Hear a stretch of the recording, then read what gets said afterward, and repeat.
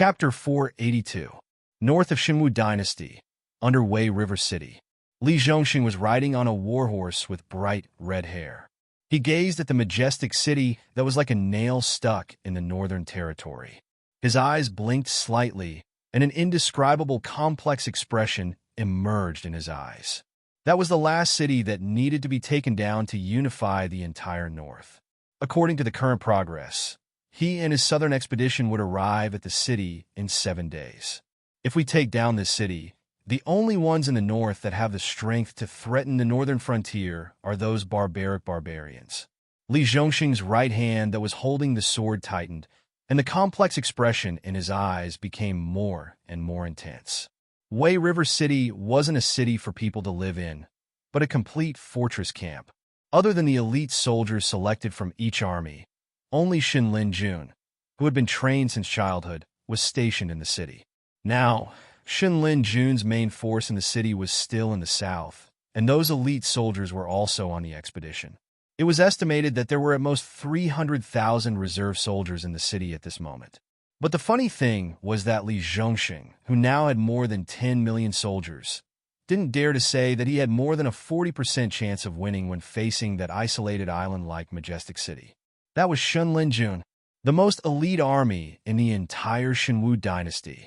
It was the face and the trump card of the dynasty. It was a legend that had never lost a battle. Even if they were just reserves, these quasi-warriors of the Divine Forest Army had either cultivated the imperial family's cultivation techniques since they were young or were carefully selected elites from various troops. They were loyal, brave, and never cowered from battle. As the smallest troop in the Shinwu dynasty's army, they enjoyed the best treatment. 70% of the Shinwu dynasty's annual military expenditure was spent on the Divine Forest Army.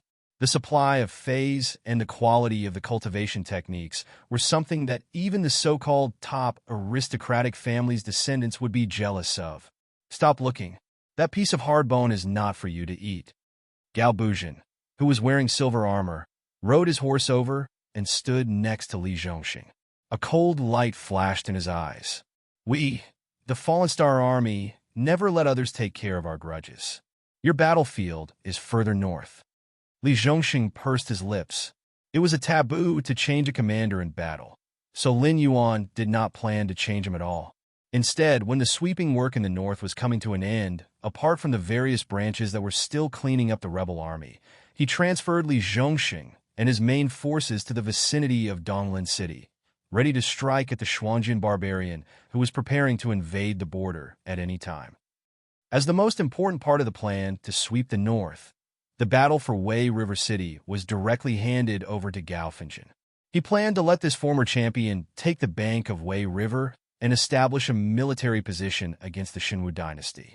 Although Li Zhongxing had known that this day would come, he had never thought that it would not be the Northern Army that would replace him, but the Fallen Star Army, with only 5,000 people. He admitted that the Fallen Star Army was one of the famous strong armies. Even though Gao Finjin only had 5,000 people, he had to pay a great price to take them down. However, the Fallen Star Army dozens of years ago was totally different from the Fallen Star Army today. Li Zhongxing would not be surprised if Gao Finjin led the Fallen Star Army to fight against Xinlin Jun decades ago.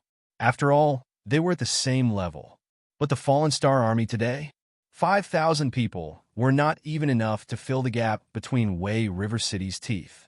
However, he did have the idea of leading the army across the river to the Shinwu dynasty, and the closer he was to the imperial capital, the stronger this idea was. If he were to be the commander of the entire army, he might be the first traitor to change sides at the last minute. Therefore, Li Zhongxing did not feel strange at all about Lin Yuan's decision to transfer him away. In other words, it would be strange if Lin Yuan continued to put him here. Thinking of this, Li Zhongxing came to himself. He moved his lips and said, "General Gao, now all the families and sects in the northern frontier have been wiped out by the Dragon King. Although the northern frontier is important, it doesn't need all the soldiers of the Northern Army to defend it. Instead of wasting manpower, why don't you and I write a joint letter to remove the soldiers of Xinlin Jun from the Northern Army and transfer a troop to help us?" Gao Finjin glanced at Li Zhongxing with a touch of surprise in his eyes. He snorted, "The Dragon King has his own plan." While they were talking, a blood-red firework suddenly exploded in the sky in the distance. Li Zhongxing and Gao Finjin's faces changed. Li Zhongxing's face turned cold. He gritted his teeth and said, "Crazy." As the red firework with the highest warning priority in the intelligence system of the northern frontier, it was not something that could be set off by just anyone. Besides, the direction of the firework was almost the northernmost part of the northern frontier. Both of them were excellent generals, so they knew that the soldiers of the Xinwu dynasty in the north had opened the defense line and let the Xuanjin barbarian invade the northern territory. Li Zhongxing frowned and thought for a moment. He said with a gloomy face, "I'm afraid it's not that person's idea. It should be that the nobles of the northern frontier use some unknown method to guess that person's intention. They didn't want to see our northern frontier become stronger, so they opened the defense line in advance to let the barbarians come over and disgust us." Gao Finjin smiled bitterly. He just waved his hand and said bitterly, "This is just your speculation. But we still have to think of the worst. We can't rule out the possibility that Lei Qiuxing wants to transfer our main force and then send out the reserves in Weha City to wipe out the rebels and the nobles. So this time, I won't accompany you. I'll stay here and watch over Weha City." Li Zhongxing's lips trembled, but he didn't say anything. He just cupped his fist at Gao Finjin and rode back to the camp. "It's good to be young."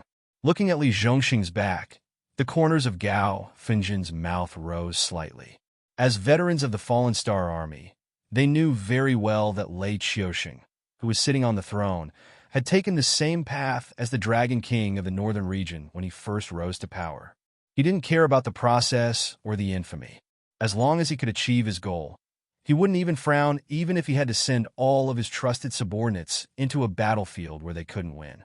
Therefore, although Lei Qiuxing was the general with the most victories in the Myriad Swords dynasty back then, his soldiers' elimination rate was also the highest. Letting the Xuanjin barbarian into the northern frontier would indeed hurt Lei Qiuxing's face. It would even cause him to lose a large amount of territory in the northern frontier. It would also be difficult to eliminate the Xuanjin barbarian afterwards. But this was indeed in line with Lei Qiuxing's methods. As long as he could win, nothing else mattered. After all, although the northern frontier now belonged to the Xinwu dynasty in name, the real ruler was Lin Yuan. Even if these Xuanjin barbarians were released, the one who would have a headache was Lin Yuan, not him. Chapter 483. On the other side, in the prince's estate on the northern frontier, Lin Yuan, Li Zhong, Luo Su, Shi Dong, and Zhang Xiu sat in the meeting hall, but they were strangely silent. Only a fool would let the barbarians enter the pass now. After all, there's only the Wei River between the north and the south. The place where the barbarians are now is the source of the Wei River. With the strength of the warhorses they ride, they can easily cross the source of the river where the water flows the slowest and head straight for the southern territory of the Xinwu dynasty. It's hard to say who will be cut down by this saber. Zhang Xiu reached out to touch his scaly chin. There seemed to be a ball of fire burning in his eyes. If the embroidered guard's intelligence network in the north was still effective, and if the secret memorials from various places could be accurately delivered to Lei Qiuxing's desk, then even if the old general who nominally controlled nearly half of the country's army was willing, Lei Qiuxing would not agree to such a foolish decision. Thus, regardless of whether Zhang Xiu admitted to this or not, it could only mean one thing. The embroidered guard was gone. We can't rule out another possibility. Shi Dong had changed his attire. His hairstyle was somewhat similar to the Thunder Devil hairstyle Lin Yuan had in his previous life. His hair was tied into small braids, and he was not wearing clothes made of cloth or silk. Instead, he was wearing a leather jacket with wool embroidered on it. He even had a mustache that was almost impossible to tell if it was real or fake. His skin color had also been partially altered, making him look like he was often baptized by the wind and sand on the grasslands. If it were not for the fact that everyone present was familiar with Shi Dong, they would have thought that the Xuanjin barbarian had already charged into the northern frontier. At this moment, Shi Dong was clearly much calmer. He said in a deep voice, The Xinwu dynasty might have already reached some sort of agreement with the Xuanzhan barbarian to have these barbarians point their scimitars at us instead of crossing the Wei River to attack the Xinwu dynasty's southern territory. However, Zhang Xiu shook his head and said, "I don't believe it. Everyone knows that the northern frontier is bitterly cold. Even the entire north is like this. According to the character of those barbarians, once they enter the border, the first thing they do is to go down south and plunder those rich and populous lands, instead of fighting head-on with the northern frontier people, whose folk customs are not inferior to the Frost Mirror herdsmen's." As someone who had been in charge of the Northern Intelligence Agency for many years, Zhang Xiu knew these barbarians very well. On horseback, these barbarians were as vicious and cunning as a pack of ferocious wolves. It could even be said that they had no match for them on flat ground. Other than a few armies that could fight them head-on, the rest of the armies and civilians were like sheep waiting to be slaughtered in their eyes. But at the same time, apart from the wolf-like nature that was engraved in their bones, they could not fight head-on. Once they suffered too many losses, they would be like dogs that were afraid of being beaten. They would shrink back and lick their wounds with their tails between their legs. It was impossible for these barbarians to insist on attacking the north when they knew that it was not easy to provoke them. This was not to say that the barbarians of the Xuanzhan dynasty had no guts. After all, a real coward without guts would never become one of the 7 dynasties and train a cavalry that could dominate the world. The reason why the barbarians acted like wolves and hounds was because their country was much more chaotic than the other dynasties. Although they were known as the Xuanzhan dynasty, they were still divided into tribes and tribes. Only the leader of the strongest tribe could become the Frost Mirror Khagan, who nominally ruled over all the tribes in the Frost Mirror grassland, similar to the monsters in the Hengduan mountain range. However, even the Frost Mirror Khagan did not have much control over the tribes under his command. At the very least, if the Beast King Kirin gave the order, the entire Hengduan mountain range would enter a period of bloody cleansing. Countless monsters were trembling in fear and did not dare to fight against the Beast King Kirin. However, if the Frost Mirror Khagan disobeyed the will of the tribes under his command too much, the grassland would be thrown into chaos. By then, all the tribes would be slaughtered until a new Khagan was elected. The cattle and sheep of the loser would become the spoils of war.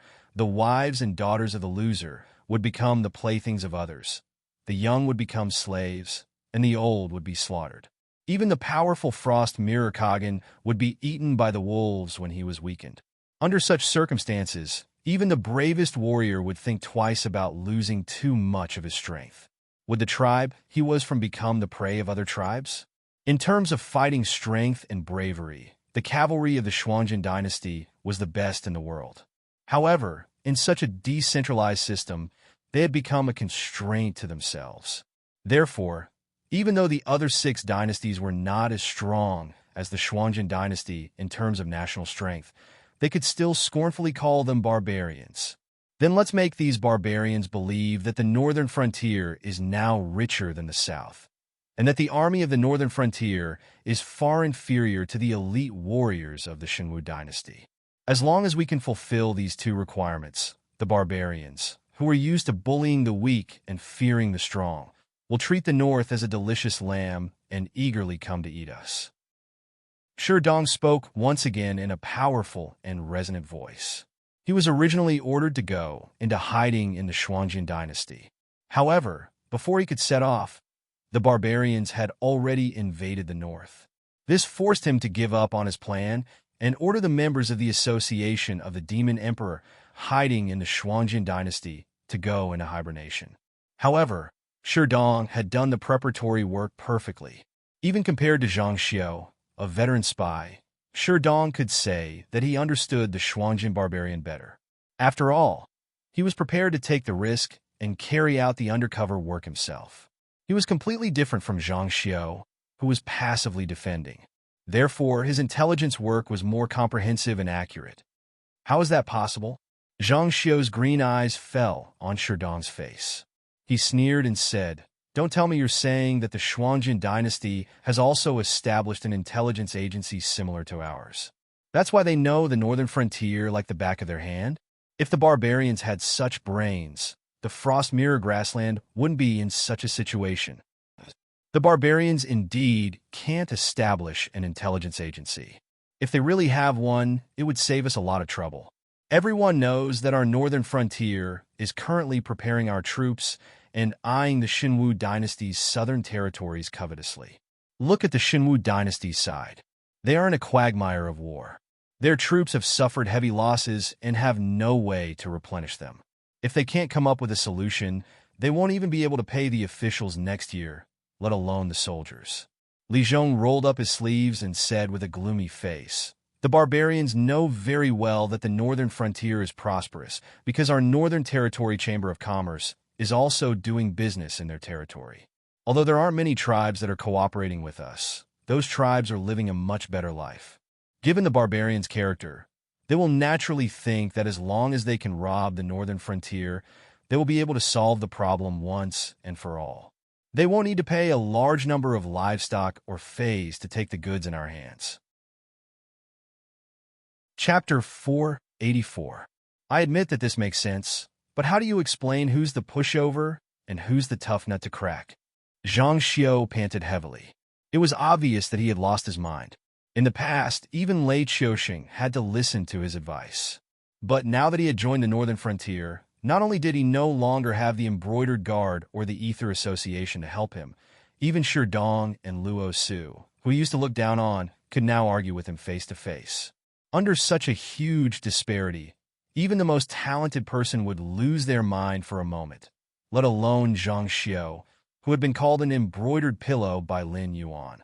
Therefore, after Li Zhong also stood on Sherdong's side, Zhang Xiao's mentality had completely lost its balance.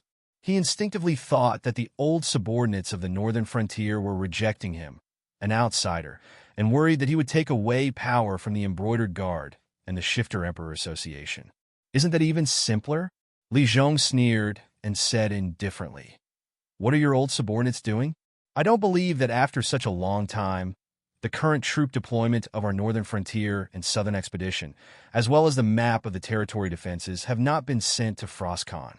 At the same time, they only need to blur the troop deployment and the state of the Xinwu dynasty's treasury, and they'll naturally make the barbarians think that we're pushovers." At this point, Li Zhong slowly stood up from his seat and said in a strange tone, "After all, it's the Xinwu dynasty's troops that have blocked the barbarians outside the northern pass for such a long time, not our northern frontier's troops.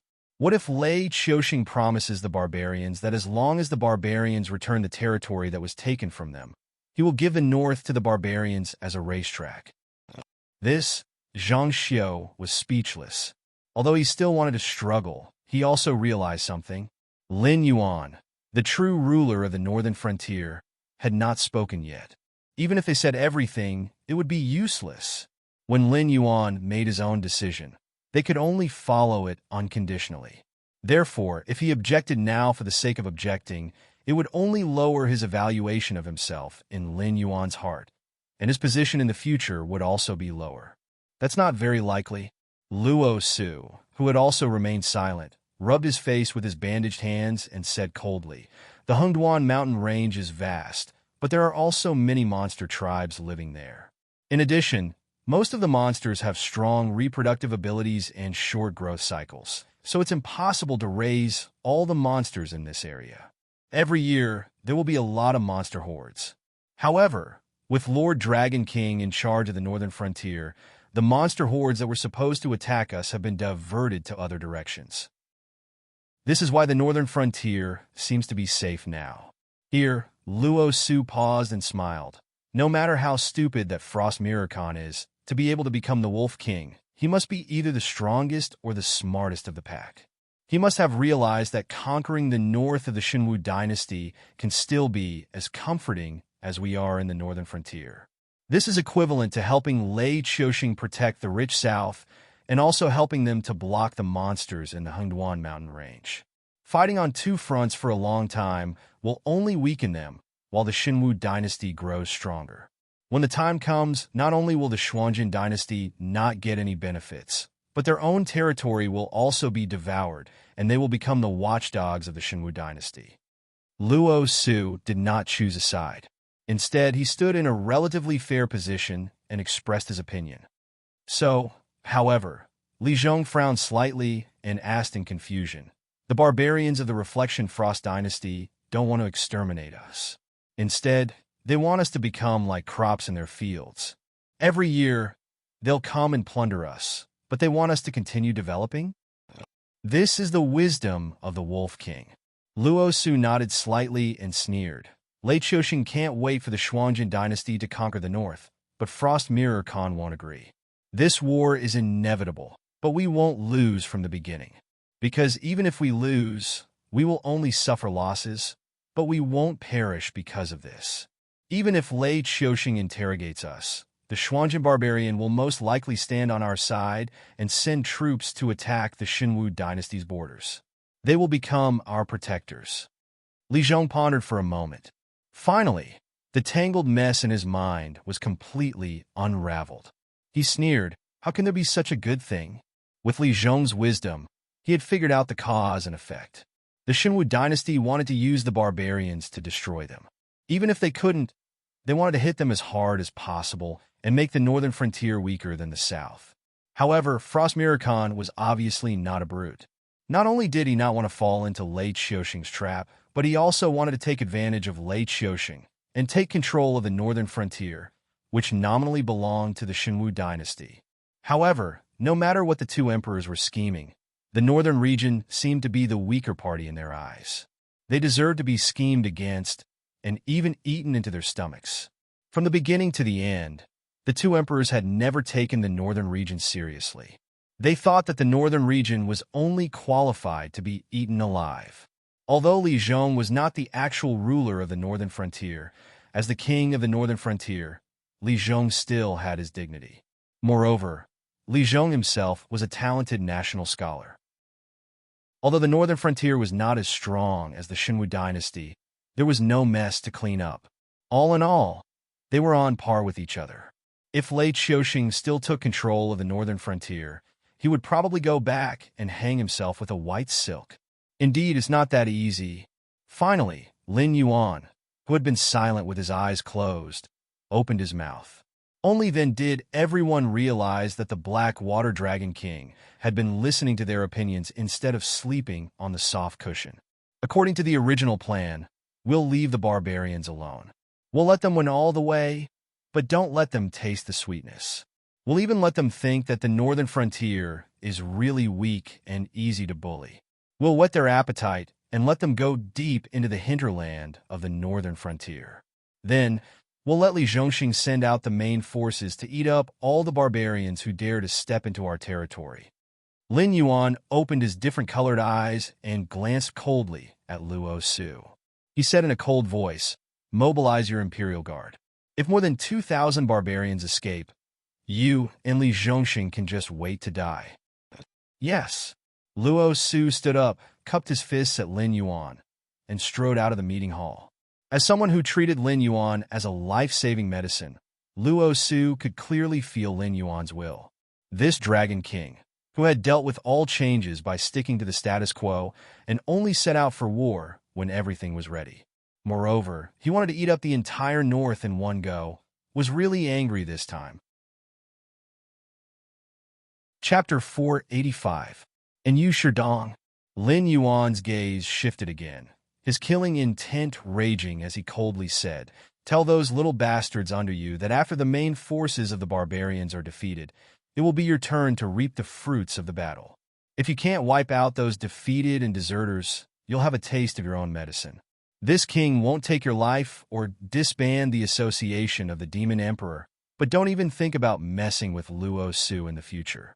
Just be his lackey." "Yes, sir." Dong shuddered, and his expression suddenly became serious. As an official in the prosperous northern frontier, even the most strong-willed person would inevitably make mistakes. Even if they didn't dare to touch the fat meat that belonged to His Excellency the Dragon King, it wouldn't be a problem for them to suck the oil off their hands. However, these were things that could be used against them, and they were in the hands of the embroidered uniform guards and the association of the Demon Emperor. Therefore, once Dong and Luo Su fell out, These northern frontier officials would have no choice but to take sides and express their support. When the time came, both sides would throw out the dirty information in their hands, and it was hard to say how many people in the northern frontier would lose their heads. During this period of time, he had been fighting openly and covertly with Luo Su. For example, in order to monopolize the credit for suppressing the aristocratic families, he couldn't even share the information in his hands with Luo Su. This caused Luo Su to resort to many dirty and underhanded methods, causing the reputation of the embroidered uniform guards to worsen. Although it was to his liking, this Dragon King was clearly unhappy. Li Zhong, after Sherdong, also bid farewell and left. Lin Yuan's gaze fell on Li Zhong. "Yes, sir." Li Zhong quickly lowered his head, not daring to look Lin Yuan in the eye. This was because he suddenly realized he had made a huge mistake. Although this mistake was something to be happy about for most rulers, it was clearly impossible for such a good opportunity to fall from the sky. However, because of the matter with the barbarians, he had neglected the great situation on the battlefield and ruined the arrangements Lin Yuan had painstakingly made. Whether there would be another such opportunity in the future was not even up to Lin Yuan and him to decide. This king scrambled to the side and faced the wall. "This king finds you an eyesore." As expected, after Li Zhong agreed, Lin Yuan's roar suddenly sounded. Li Zhong shrunk his neck and obediently walked to the wall. After the evil fire in his heart had mostly dissipated, Lin Yuan cast his gaze on Zhang Xiu's face that was covered in black scales. Zhang Xiu also stood up straight and looked at Lin Yuan with a face full of anticipation.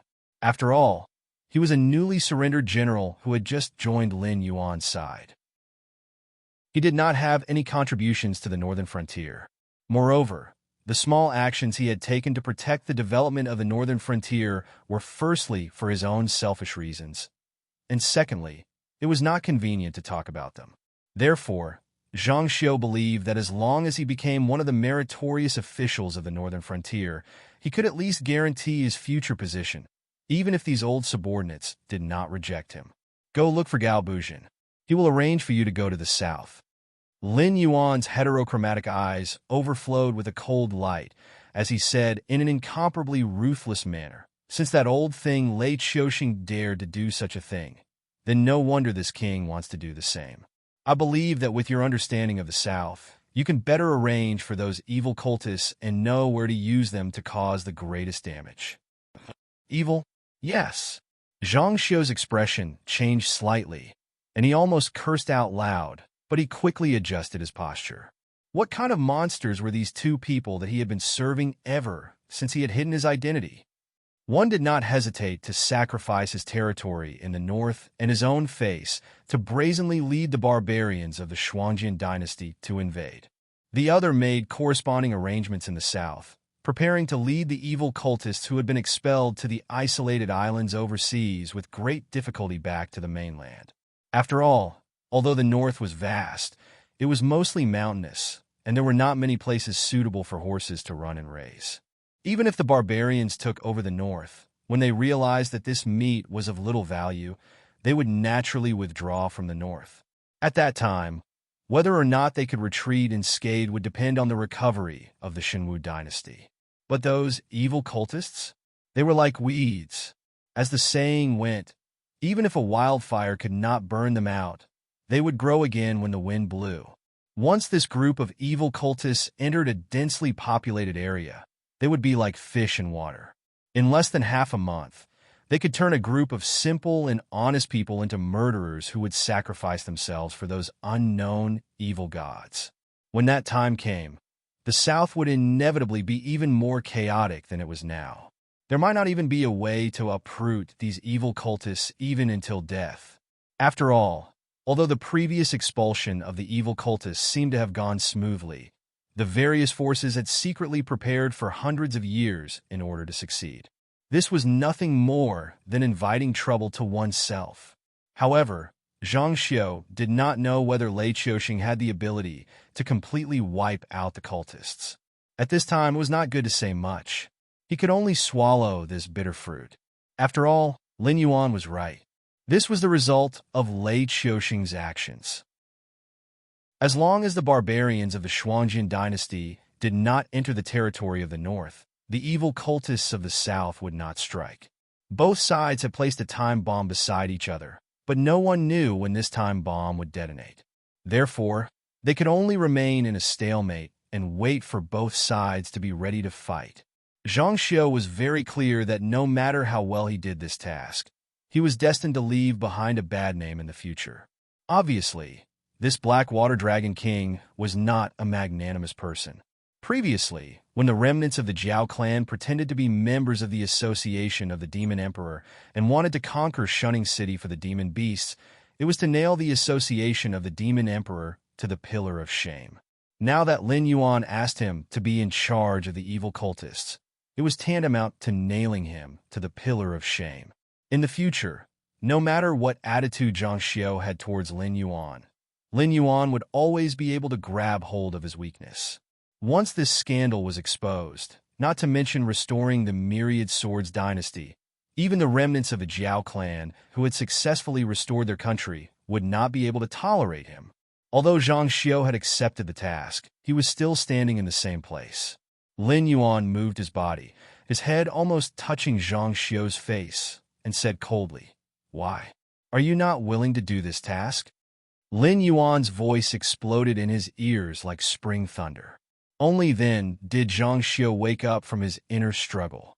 He could only clasp his fists at Lin Yuan awkwardly, and then quickly leave the meeting hall. So, be it if you want to be a dog.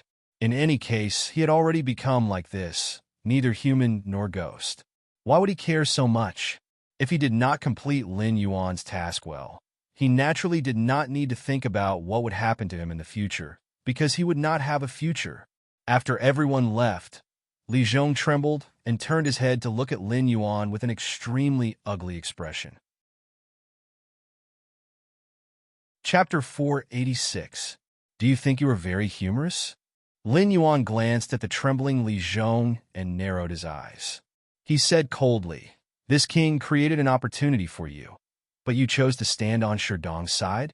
Do you really want Zhang Xiu to think that you old subordinates of the northern frontier are suppressing him? I really didn't realize it before, but after thinking it through, I still believe that I did the right thing." Li Zhong was stunned for a moment before he slowly said, "However, Zhang Xiu is a very wild person. If we don't suppress him, he will definitely think that he can sit back and enjoy the northern frontier. However, if I cooperate with Sherdong to expose this matter, Zhang Xiu will definitely feel a sense of danger.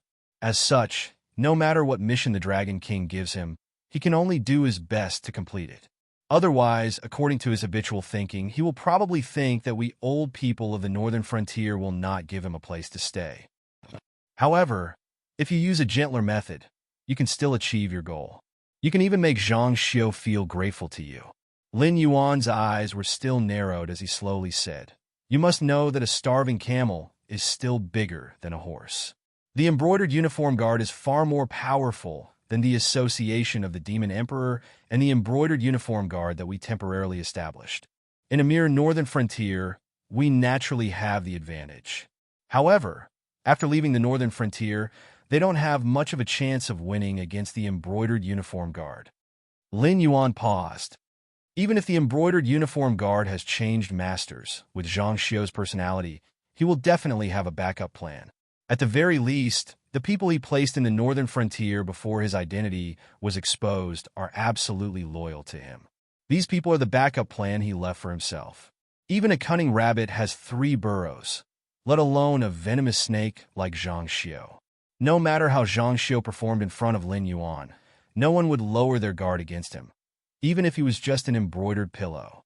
After all, this guy had great willpower and ambition to change his appearance and hide by Lei Qiuxing's side. He was even able to contend with Lei Qiuxing for such a long time and obtain such great authority. This was enough to make many so-called ambitious people blush with shame. Even though Lin Yuan was used to being in a superior position, he still didn't have the confidence to control Zhang Xiu. Therefore, when he fed him the dragonization root, he also injected his own cursed poison into Zhang Xiu's body to restrict him.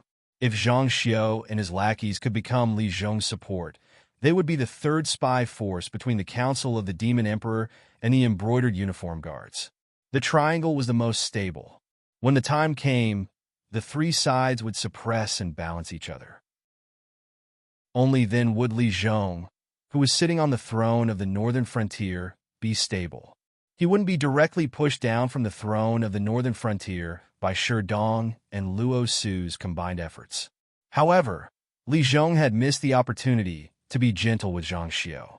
He was even secretly standing on the opposite side of Zhang Xiu. This was the reason why Lin Yuan was so angry.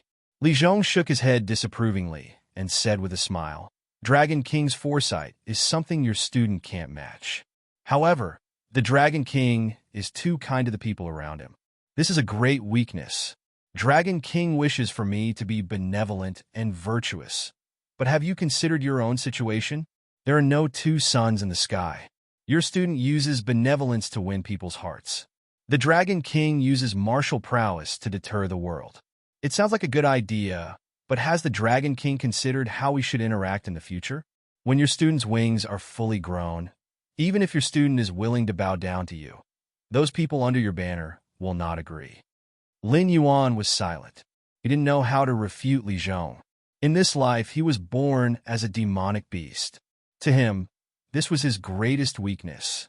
As long as the humans and demonic beasts in the sky martial continent didn't make peace and share the world, then Lin Yuan could only be the king behind the scenes. Lei Fan, Hu Yin, Li Zhong, they were all faces that Lin Yuan had nurtured in this sick environment. However, the greatest drawback of doing this was time. Even if he was a puppet, after being in this position for a long time, he would become the true king in the hearts of others. When his wings were fully grown, there would definitely be a battle between the two sides. It was just that the time of the battle would be sooner or later. Unless by that time, Lin Yuan had already unified the sky martial continent and solved the problem of the Heaven's Gate. Otherwise, it would always be a tragedy where those close to him would feel pain and those close to him would feel joy. Let's talk about Zhang Xiu again. Li Zhong's expression turned solemn and changed from his previous trembling appearance. He gritted his teeth and said, "He is a poisonous snake. In terms of conciliation, I don't think anyone has done a better job than Lei Qiuxing. He promoted him from a lowly position and treated him as a trusted aide. He gave him the control of the embroidered uniform guards and the Ether Society, which were in the shadows but could affect the entire empire. However, what was the result? Has Zhang Xiu ever been loyal to Lei Qiuxing?" Li Zhong gently shook his head and sneered. "The best way to deal with this kind of poisonous snake is to suppress it, push it aside, and let it live in eternal fear. Let it feel that it will lose everything if it makes a small mistake. This way, Zhang Xiu can be of help to us instead of nurturing a tiger that will only invite calamity." Lin Yuan was silent for a moment. Then he slowly opened his eyes and said helplessly, "All right, you've convinced me. Go about your business." When he finished speaking, Lin Yuan's figure had already faded and disappeared from the meeting hall. It was only at this moment that a thin layer of cold sweat appeared on Li Zhong's forehead. The corners of his mouth trembled slightly, and he squeezed out a bitter smile. When working by the side of the Dragon King, he had to always remember the saying, "Being by the side of the Emperor is like being by the side of a tiger." An opportunity or a problem could be a test given by the Dragon King. If he passed the test, everything would be fine. However, if he went against the intentions of the Dragon King, Lei Fan and Hu Yin were bloody precedents. Although Li Zhong did not know whether Zhang Xiu's matter was an opportunity or a test for him, his rationality reminded him that if he wanted to live a long life as the king of the northern frontier, he should never stand in the way of Lin Yuan. He should not have any thoughts that he should not have. As for the nonsense of replacing him, it was all because of his greed. Once he took that step, no matter how intelligent he was, he would not have a good ending. Therefore, from the initial mistake to the subsequent determination, Li Zhong had always maintained a certain attitude, to reject Zhang Xiu's participation. Luo Su and Shi Dong could become partners, but Zhang Xiu could not. This poisonous snake's ambition was too great. Even if he became a role like the king of the northern frontier and obtained enough authority, he would still not understand what it meant to be content. He would not accept the existence of a retired emperor above him. When the time was right, He would overestimate himself and challenge Lin Yuan's authority. Then, he would be smashed into pieces. Being associated with such a person, even if he did not participate in some matters, the best outcome would be to be implicated. Chapter 487. North of the Xinwu dynasty, Donglin City. Li Zhongxing was dressed in golden armor and had a scarlet cloak draped over his back. He stepped on the city wall with one foot and looked at the frost mirror cavalry that roared past like tigers and wolves. Cold sweat slowly seeped out of his forehead. These Xuanjin barbarian soldiers had changed their previous style of destroying everything they passed by and marched uniformly toward the northern frontier. It was as if Donglin City and other cities that still belonged to the Xinwu dynasty did not exist.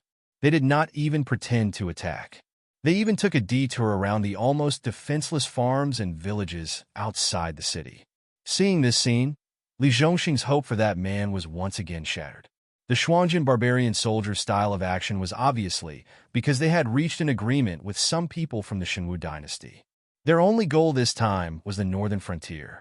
Although that person was trying his best to protect the cities and people in the north, he did not seem to know that the Xuanjin barbarian soldiers loved to repeat their actions and did not hesitate to push the entire north into a pit of fire. After struggling for a while, he finally sighed faintly and said in a clear voice, "The craftsmen and materials prepared by your highness have already entered Donglin City, right?" "Yes. Although we're not sure when the barbarians will come, it's better to be prepared than to be suddenly attacked." When the higher-ups made the decision, they had already put it into action. 60% of the craftsmen and all the materials have now been transported to Donglin City and the nearby cities. Although the number of craftsmen did not meet the requirements, we can still complete the project on time by putting some of our soldiers into the construction of the Great Wall project. Standing next to Li Zhongxing was a middle-aged warlord who was as burly as a bear. He was also dressed in golden armor, but there was more worry in his eyes than Li Zhongxing's. Obviously, he had not been baptized by the flames of war and was very nervous in the face of such a battle. "Pa! Pa!" Li Zhongxing gently patted the general's shoulder and said with a chuckle, "There's nothing to be nervous about. Don't be fooled by how arrogant these barbarians are now. Once our plan is carried out step by step, they'll have to leave all their men and horses behind in the north. Are you afraid of a group of people who are about to die?" He remembered the middle-aged general's name, Qiao Yu. Although his surname was Qiao, he had nothing to do with the Qiao family of the northern frontier. He was a true civilian of the northern frontier, and his ancestors had all been honest farmers for 10 generations. Although he was fortunate enough to be selected as one of the first students of the Northern Frontier Academy, Li Zhongxing had been a lecturer at the Northern Frontier Academy for 2 days, so he had a deep impression of this ridiculously sturdy fellow. However, they encountered such a large-scale war before they even graduated. It even involved 2 dynasties. Nobody knew if it was a blessing or a curse for the first batch of students. Just then, a white carrier pigeon descended from the sky and landed accurately on Li Zhongxing's shoulder. Li Zhongxing first took off a small cloth bag from his waist and fed the carrier pigeon a piece of jerky. Then, he reached out to take off the small wooden bucket tied to the carrier pigeon's leg, removed the cork, and poured out the letter inside. After glancing at the numbers on the letter, his face turned gloomier. According to the information sent back by the members of the Association of the Demon Emperor from the front lines, there were as many as 500,000 barbarians invading the north this time. It was said that Shuang Jinhan's 13th son had entered the northern frontier some time ago and lost contact with the Xuanjin dynasty's army. Therefore, Shuang Jinhan had even sent out 3 blood Liao knights to join this expedition, saying that they would find his son even if they had to dig 3 feet into the ground. In addition to the barbarians who had entered the northern territory, there were also 700,000 barbarian soldiers who had crossed the Wei River from the source where the river flowed gently. They were now heading straight for the central plains of the Xinwu dynasty. Although these barbarians had verbally reached an agreement with the Xinwu dynasty, they obviously had no intention of letting go of the rich south after entering the pass. Li Zhongxing pondered for a moment before taking a pen and paper from a guard and writing, "The barbarians' movements are of utmost importance. You must send someone to follow the barbarian cavalry and report the situation every 30 minutes. If there is no response after 30 minutes, you will consider them as having died in battle. Send someone else to follow the barbarian cavalry. Of course, Li Zhongxing also used code words. Although the birds that sent the letter were all demonic beasts, there was no lack of people with high cultivation among the barbarians. Moreover, one had to be skilled in archery and riding to make a living on the grassland. These birds were very easy to kill by the barbarians. Using code words to communicate was also to prevent the information from leaking out. He threw the order back into the small wooden bucket and tied it to the carrier pigeon's leg. With a light shake of his shoulder, the carrier pigeon suddenly flew into the sky. Li Zhongxing measured the situation on the city wall for a moment, then pointed to the west and said in a deep voice, "Although these barbarians won't act until they see the hare, it'll be difficult for them to continue chasing if they don't get any benefits. We have to stimulate their courage." As soon as he finished speaking, Xiao Yu, who was beside him, took a deep breath and growled, "Marshal Li, the troops in Donglin City are ready. As soon as you give the order, we'll take a shortcut and run in front of the barbarians. We'll King ambush them first." Smack! Li Zhongxing patted Xiao Yu's head again and said angrily, "Big Black Bear, when will you grow some brains? What are our identities now? We're the generals guarding the city of the Xinwu dynasty. If we run to the front and ambush these barbarians, won't we ruin the Dragon King's plans if they come around and stop chasing us?" Then, Xiao Yu's face froze, and he asked carefully. Li Zhongxing shook the scarlet cape behind him and sneered, "We'll go out and scout. We'll wipe out small groups of barbarians when we encounter them. After making sure that there are no barbarian cavalry nearby, we'll let the craftsmen and brothers come out to work. A bunch of ignorant fools. Do you think you can escape unscathed after entering my territory?" Li Zhongxing had seen the horror of cement with his own eyes. A bag of powder-like substance was turned into moldable paste with water. After being molded and air-dried for about 10 minutes, it immediately became a hard stone that was invulnerable to weapons, water, and fire. With the craftsmanship of the current northern frontier, even an all-out attack from an airborne realm cultivator with infinite strength would only leave a shallow mark on the cement wall.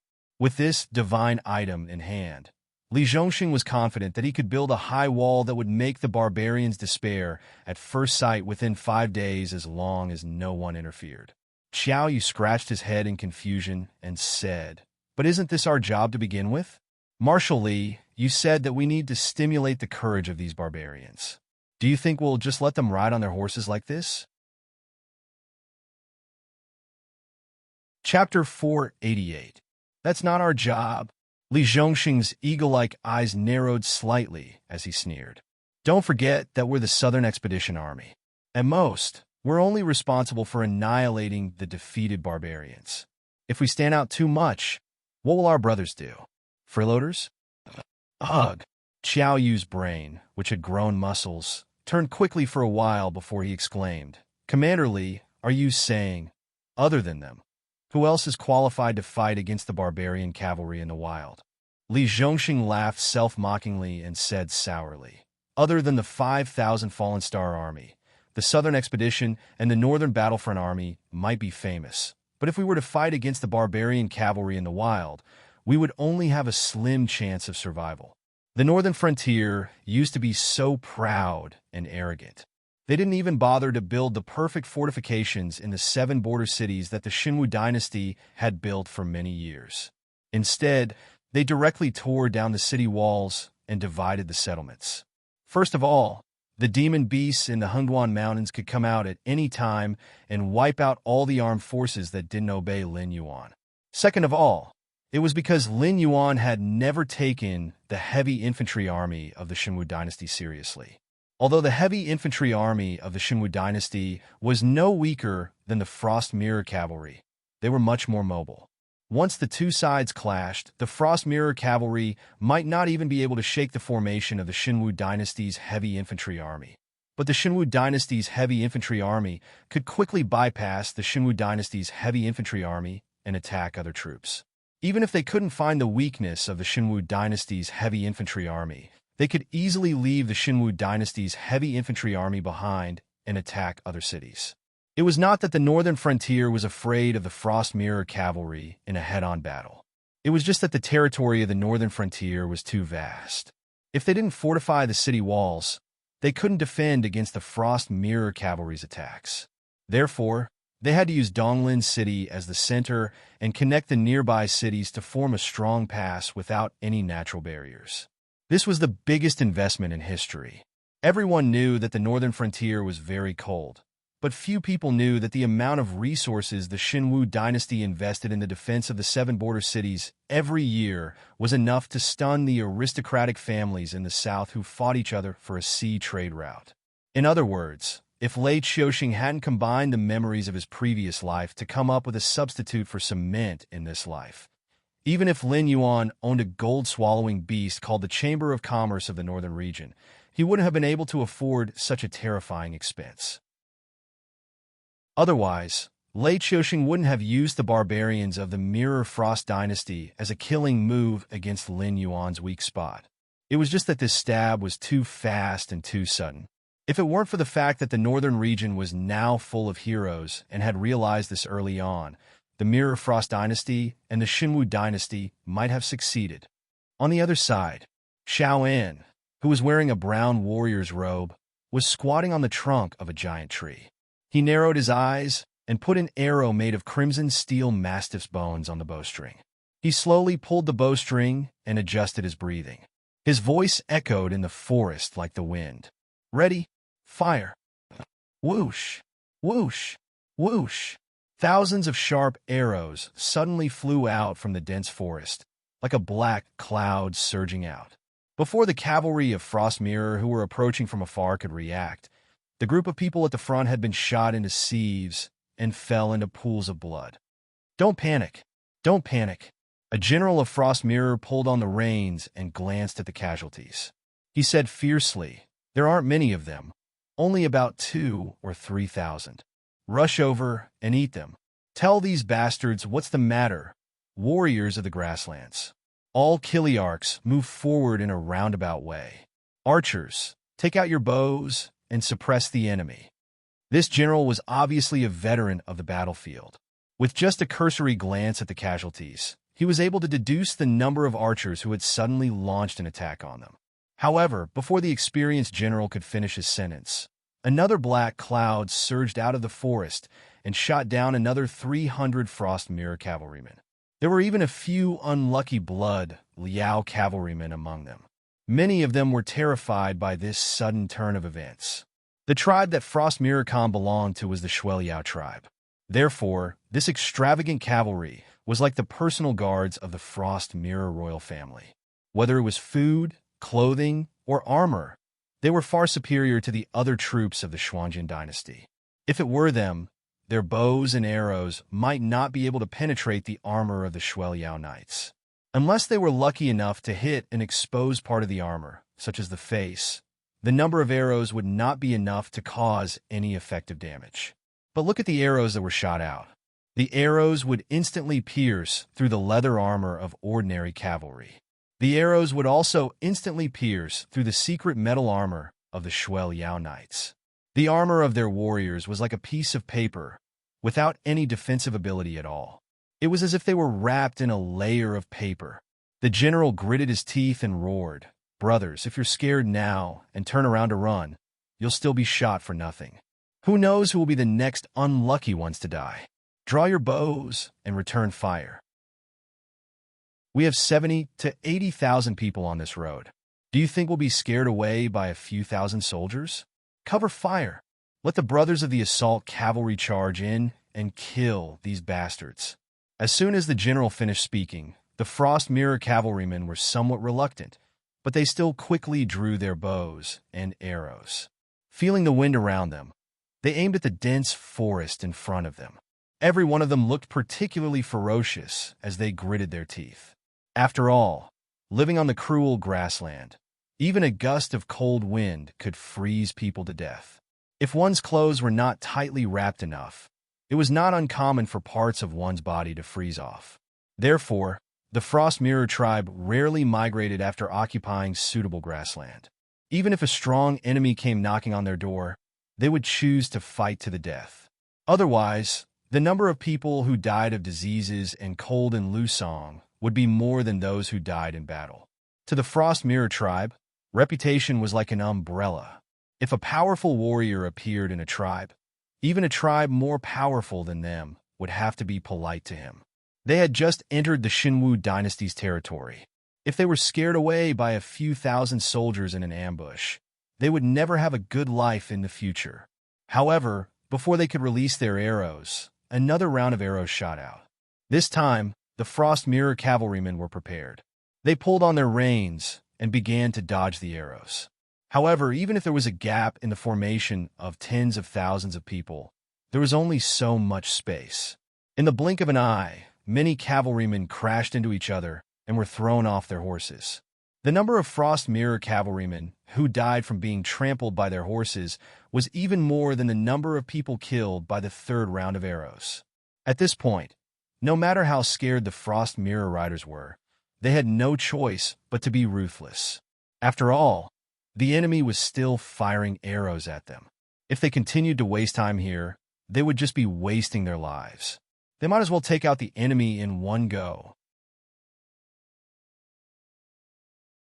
Chapter 489. It's about time. Retreat. Sean tilted his head to the side and nimbly leaped onto another tree trunk. The rest of the tree elves also followed suit and began to retreat. After all, they could see that the barbarians had been instigated to the point that they were filled with anger. If they continued to stay here, they would only end up being annihilated by the barbarians' arrows and cavalry charges. After going deep into the forest for a while, the tree elves mounted the 9-colored deer that had been waiting for them and galloped into the depths of the forest with great familiarity. On the other side, the Frost Mirror cavalry finally reorganized their formation. They drew their bowstrings and fired their first volley of arrows at their targets in the distance. However, most of their arrows were scattered on the ground, let alone their targets. They didn't even make it into the forest in front of them. A group of mounted archers who were good at controlling their lines immediately flushed red. They looked at their companions, not knowing what to do. It wasn't that they weren't good at shooting. It was just that their equipment wasn't on the same level at all. The compound bows in the tree elves' hands were new equipment developed by Lin Yuan's subordinates. Whether it was the range or the speed of their arrows, they were more than 10 times faster than the previous crossbows. Each compound bow could be sold for at least 10,000 gold on the black market. The Frost Mirror cavalry shot back according to their experience. Naturally, they wouldn't be able to reach the enemy's firing positions. Fortunately, they were all professional soldiers. It didn't take long for the entire formation to move quickly and approach the forest. However, when the Frost Mirror cavalry charged into the forest, they realized that the bastards who ambushed them had long fled. The arrows they shot into the forest to protect the cavalry unit were everywhere. However, not a single drop of blood could be seen. It was obvious that the enemy had retreated before they could launch an effective counterattack. The leader of the Frost Mirror cavalry had a gloomy expression. He said fiercely, "Brothers, do you see that? There are only a few thousand of you, and you're already making us cower like quails. If you continue with this attitude, none of us will end well. Now, everyone listen up. Full speed ahead. Catch up to those bastards who dare to go against us and wash away our shame with their blood. Wash away our shame. Kill!" The surrounding Frost Mirror cavalrymen also roared in unison. They knew that they had come to the northern frontier mainly to find the 13th prince and loot some good stuff from the northern frontier.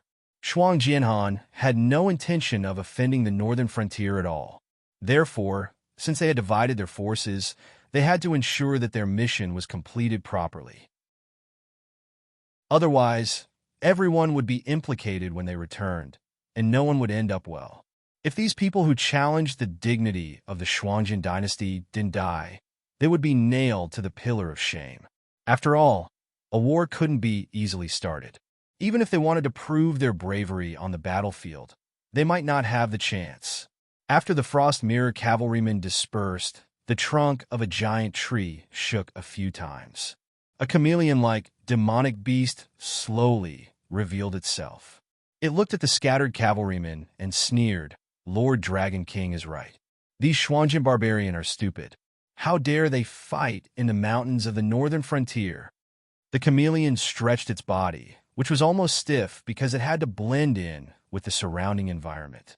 Then it quickly climbed down the giant tree and walked towards Donglan City. Even the old hunters in the northern frontier didn't dare to enter the mountains of the northern frontier.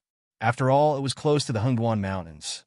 No one knew whether the beasts in the mountains were wild beasts or demonic beasts. Moreover, Lin Yuan wanted to give the Frost Mirror cavalrymen a big gift. He didn't have any scruples at all. He directly ordered the Beast Kings in the periphery of the Hengduan Mountains to send a large number of demonic beasts into the battle. Even in the forest near Donglan City, which was far from the Hengduan Mountains, there were no less than 10,000 demonic beasts hibernating. It was one thing for demonic beasts to come out of the mountains to attack humans, but it was another thing for humans to encounter demonic beasts in the mountains. Moreover, the northern frontier was extremely sensitive right now. The Shenwu dynasty couldn't control this place at all. Lin Yuan was also in cahoots with the demonic beasts. If the Frost Mirror cavalrymen encountered demi-humans or demonic beasts, even if they died, they would die in vain. No one would stand up for them. They wouldn't even get an explanation. Who asked you bunch of reckless barbarians to chase into the territory of the demonic beasts? In the northern frontier prince's mansion, Li Zhong, who was dealing with the reports that had been sent to him, suddenly had his eyes light up.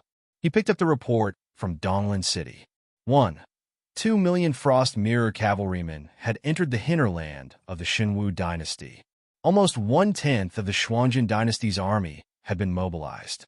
More importantly, 700,000 Frost Mirror cavalrymen had crossed the Wei River and headed for the central plains of the Shenwu dynasty. This was the best news he had received today.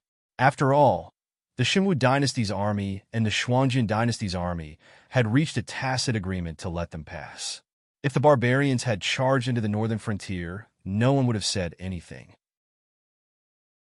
But now, even more barbarians had displayed their usual attitude and attacked the central plains of the Shenwu dynasty on a large scale. Based on the supervision of the Shenwu dynasty in the northern frontier, it would be difficult for the central plains to mobilize enough troops to deal with the 700,000 Frost Mirror cavalrymen in a short time, even though Shin Lin Jun was on his way north. Unless Lei Qiuxing had withdrawn his army from the northern frontier. He had even given up on the source of the Wei River and defended the central plains to the death. You've been hunting geese all day.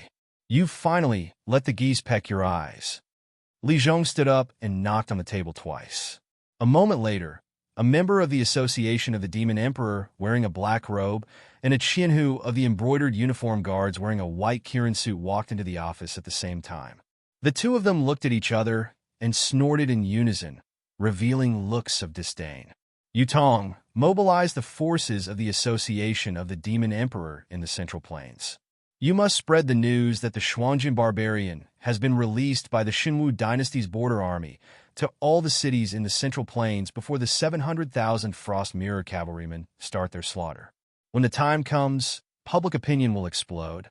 If the Shenwu dynasty's border army doesn't do anything, these soldiers guarding the border can only atone for their crimes with their lives.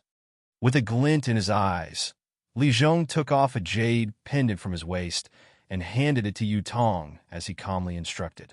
Once the news that the Frost Mirror cavalrymen had been released by the border army spread, coupled with the 700,000 Frost Mirror cavalrymen invading the Central Plains, no matter how thick-skinned Lei Qiuxing was, he couldn't ignore the curses of his people. When the time came, the Shenwu dynasty's border army would have to be mobilized. Otherwise, the millions of border soldiers would have to choose social death. Of course, Lei Qiuxing didn't have to send troops to attack the Xuanjian dynasty. As long as he could seal his pockets and stop the Xuanjian dynasty's cavalrymen from entering the northern frontier, he would be grateful. Chapter 490. Yes, sir. Yu Tong excitedly took the jade pendant from Li Zhong's hand and winked at the genie guard as if he was showing off. Yu Dingxin, your mission is more important than Yu Tong's. Li Zhong picked up a letter with wet ink and handed it to the genie guard. He said in a deep voice, You must pass through the Xuanjin barbarians' blockade before sunset today and hand this letter to Li Zhongxing in Donglan City. Have someone keep an eye on the Xinwu dynasty's border army.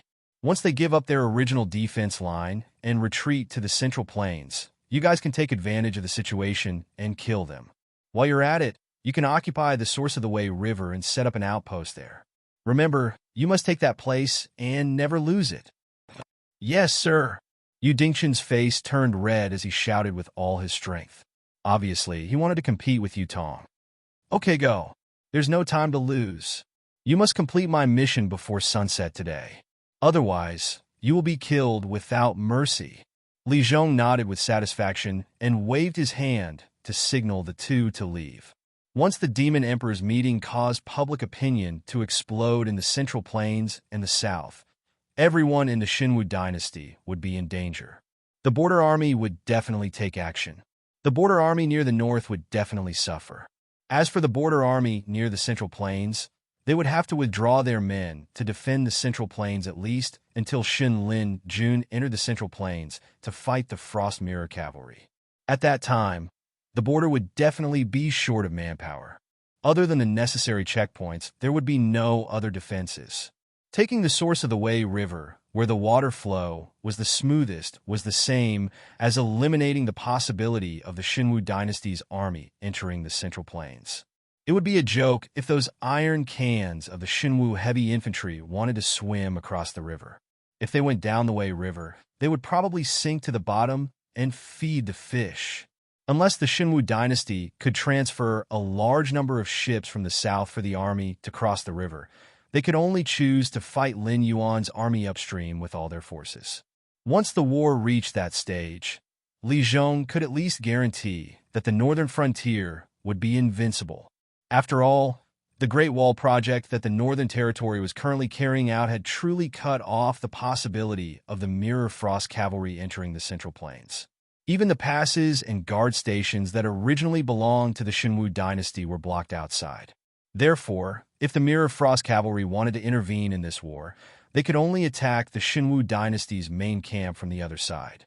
No matter which side they wanted to help, with Lei Qiuxing's suspicious personality, he would not allow these barbarians to get close to his headquarters. It was only a matter of time before the two sides clashed, let alone now that 700,000 barbarians had invaded the Central Plains. As for the other possibility, Li Zhong could only chuckle. There were indeed many ships in the south, but they were mostly seagoing ships. They might not be able to operate well in the Wei River. Moreover, those ships belonged to the aristocratic families. If Lei Qiuxing wanted to conscript them to fight, it would mean that the aristocratic families in the south who relied on the sea to make a living. Not to mention that the south was now a powder keg that could explode at any time. Even if the northern frontier didn't have any troops in the south, the aristocratic families in the south would still try to wrestle with Lei Qiuxing. He didn't believe that Lei Qiuxing would be so bold as to allow the main forces of the Qingjiang dynasty and the Frost Mirror dynasty to enter the Central Plains together. Even if he was willing, the Frost Mirror dynasty and the Qingjiang dynasty wouldn't be willing. Which of them didn't have a top force backing them? It was true that Lin Yuan wanted to occupy the north and plot against the Xinwu dynasty. If they sent troops to hinder Lin Yuan, they would give Lin Yuan an excuse to attack them. Secondly, if Lin Yuan cut off the Northern Territory Chamber of Commerce's support for a period of time, their national strength would quickly fall to the bottom. They would become trash that any of the 7 dynasties could step on. After Yu Tong and Yu Dingxin left, Li Zhong strode into the courtyard. He put his right hand to his mouth and whistled. In an instant, a green rock landed directly, and the force of its flapping wings easily raised the dust and fallen leaves in the courtyard. When the cyan rock finally heard him, Li Zhong said slowly, "Tell all the demi-human tribes to quickly enter the North Mountain Forest and wipe out the Frost Mirror Cavalry in batches. 5 days. We need to delay them for at least 5 days. When the time comes, whether we continue to fight or retreat, it will be up to the tribal chiefs to decide. As for the Hengwan Mountain Range, we don't need you to send troops to help us directly. However, it shouldn't be a problem for you to send 2 more waves of beasts to the Shuangjian dynasty's territory, right?" The cyan rock was obviously very cold. It was a mountain lord-level demonic beast, but it didn't seem to want to communicate with Li Zhong. It just nodded slightly. However, Li Zhong put his hands behind his back and said expressionlessly, "I have one more thing to say. Remember to pass it on. Both the Frost Mirror Dynasty and Xinwu Dynasty don't see demi-humans and demonic beasts as equal intelligent creatures. You can only live a good life under the rule of the Dragon King. If the North and the Northern Frontier have a new ruler, you will return to your previous life of eating raw meat and drinking blood. Because we are the only ones who see you as our own kind. The other humans will only see you as slaves and animals." The Blackwater Army had gone to the south. The Fallen Star Army was too small, and the Northern Army had to guard the northern frontier. The Southern expedition seemed to be powerful, but it was actually very scattered. Based on the current situation, none of the troops in the northern frontier were powerful enough. In this war, Lin Yuan could only rely on the demonic beasts and the demonic beasts. However, the demonic beasts didn't completely obey Lin Yuan's orders. They were only temporarily sent by the demonic beast king to support Lin Yuan. They could help Lin Yuan in the war, but they would never risk their lives for him. Most of the demonic beasts weren't as smart as humans. They thought that even if Lin Yuan lost the war and lost their territory, they would just retreat back to the Hengduan mountain range and continue their lives. They didn't consider the expansion of the Hengduan mountain range and the existence of the Northern Territory Chamber of Commerce, which would be a great help to the overall strength of the Hengduan mountain range. Therefore, Li Zhong's words were not only to bring this demonic beast to the demonic beasts, but also to the demonic beasts. Although the demonic beasts could risk their lives for the demonic beasts, the Xinwu dynasty had enslaved them for many years. They would risk their lives for their own survival, but they wouldn't risk their lives for Lin Yuan's rule. Therefore, most of the demonic beasts were still in the northern frontier. Lin Yuan was worried that these demonic beasts would be blinded by the Xinwu dynasty's words. They thought that even if the northern frontier had a new ruler, they could still live a comfortable life under Lin Yuan's rule. Therefore, only a few loyal demonic beasts, such as Shao En, participated in the war. Only by uncovering the bloody scars of their past could these demonic beasts realize that everything they had now was a gift from Lin Yuan. Chapter 491. Got it? Only then did Qing Peng nod his head with a solemn expression, and he replied. After Qing Peng flapped its wings and flew away, Li Zhong let out a sigh of relief. A hint of worry flashed across his face. Although he had made a lot of arrangements, he could only turn the situation in the most advantageous direction for the northern frontier if every chess piece was placed in the right position. Once one of the conditions was not met, the northern frontier would have a hard time moving forward. After all, it was not crazy to fight against a dynasty with a small territory. It was completely foolish. If Lin Yuan had not run the northern region into a one-man rule, held the lifeline of the seven dynasties, and happened to be in troubled times, the current northern region would not even have the qualifications to fall out with Lei Qiuxing. Faction War Model Name: Northern Defense War, Ongoing, Attacking Side. Frost Mirror, Xinwu, Powerful, Defending Side. Blackwater Dragon Palace, Normal, Evaluation. The host chances of winning are not high. Please balance the combat power of both sides as soon as possible. Otherwise, there will be a danger of destruction. If the host wins this war, the host will receive 100,000 war points. If the host loses this war, the host will have to pay a few 100,000 war points. War Mission. Not released. Looking at the faction war model that suddenly popped up in front of him, Lin Yuan's mouth twitched slightly. The current Xinwu dynasty, which was extremely weak, and the Shuangjin dynasty, which was not using its full strength, was still above the northern frontier. This was not out of Lin Yuan's expectations. After all, a starving camel was still bigger than a horse. If Lei Qiuxing really did not see any hope of winning, he would have dragged Lin Yuan down with him a long time ago. What made Lin Yuan gasp was that the rewards and punishments for this war far exceeded the sum of all his previous wars. Once this battle was lost, Lin Yuan would not be able to afford such a huge loss. It would be good enough if he was reduced to an ordinary black serpent by strenuous cultivation. He was afraid that he would be directly squeezed dry, and then the system would directly remove the binding with him. The most terrifying thing was that this was only the prelude to the war. The final battle between him and the Shinwu dynasty had not even begun.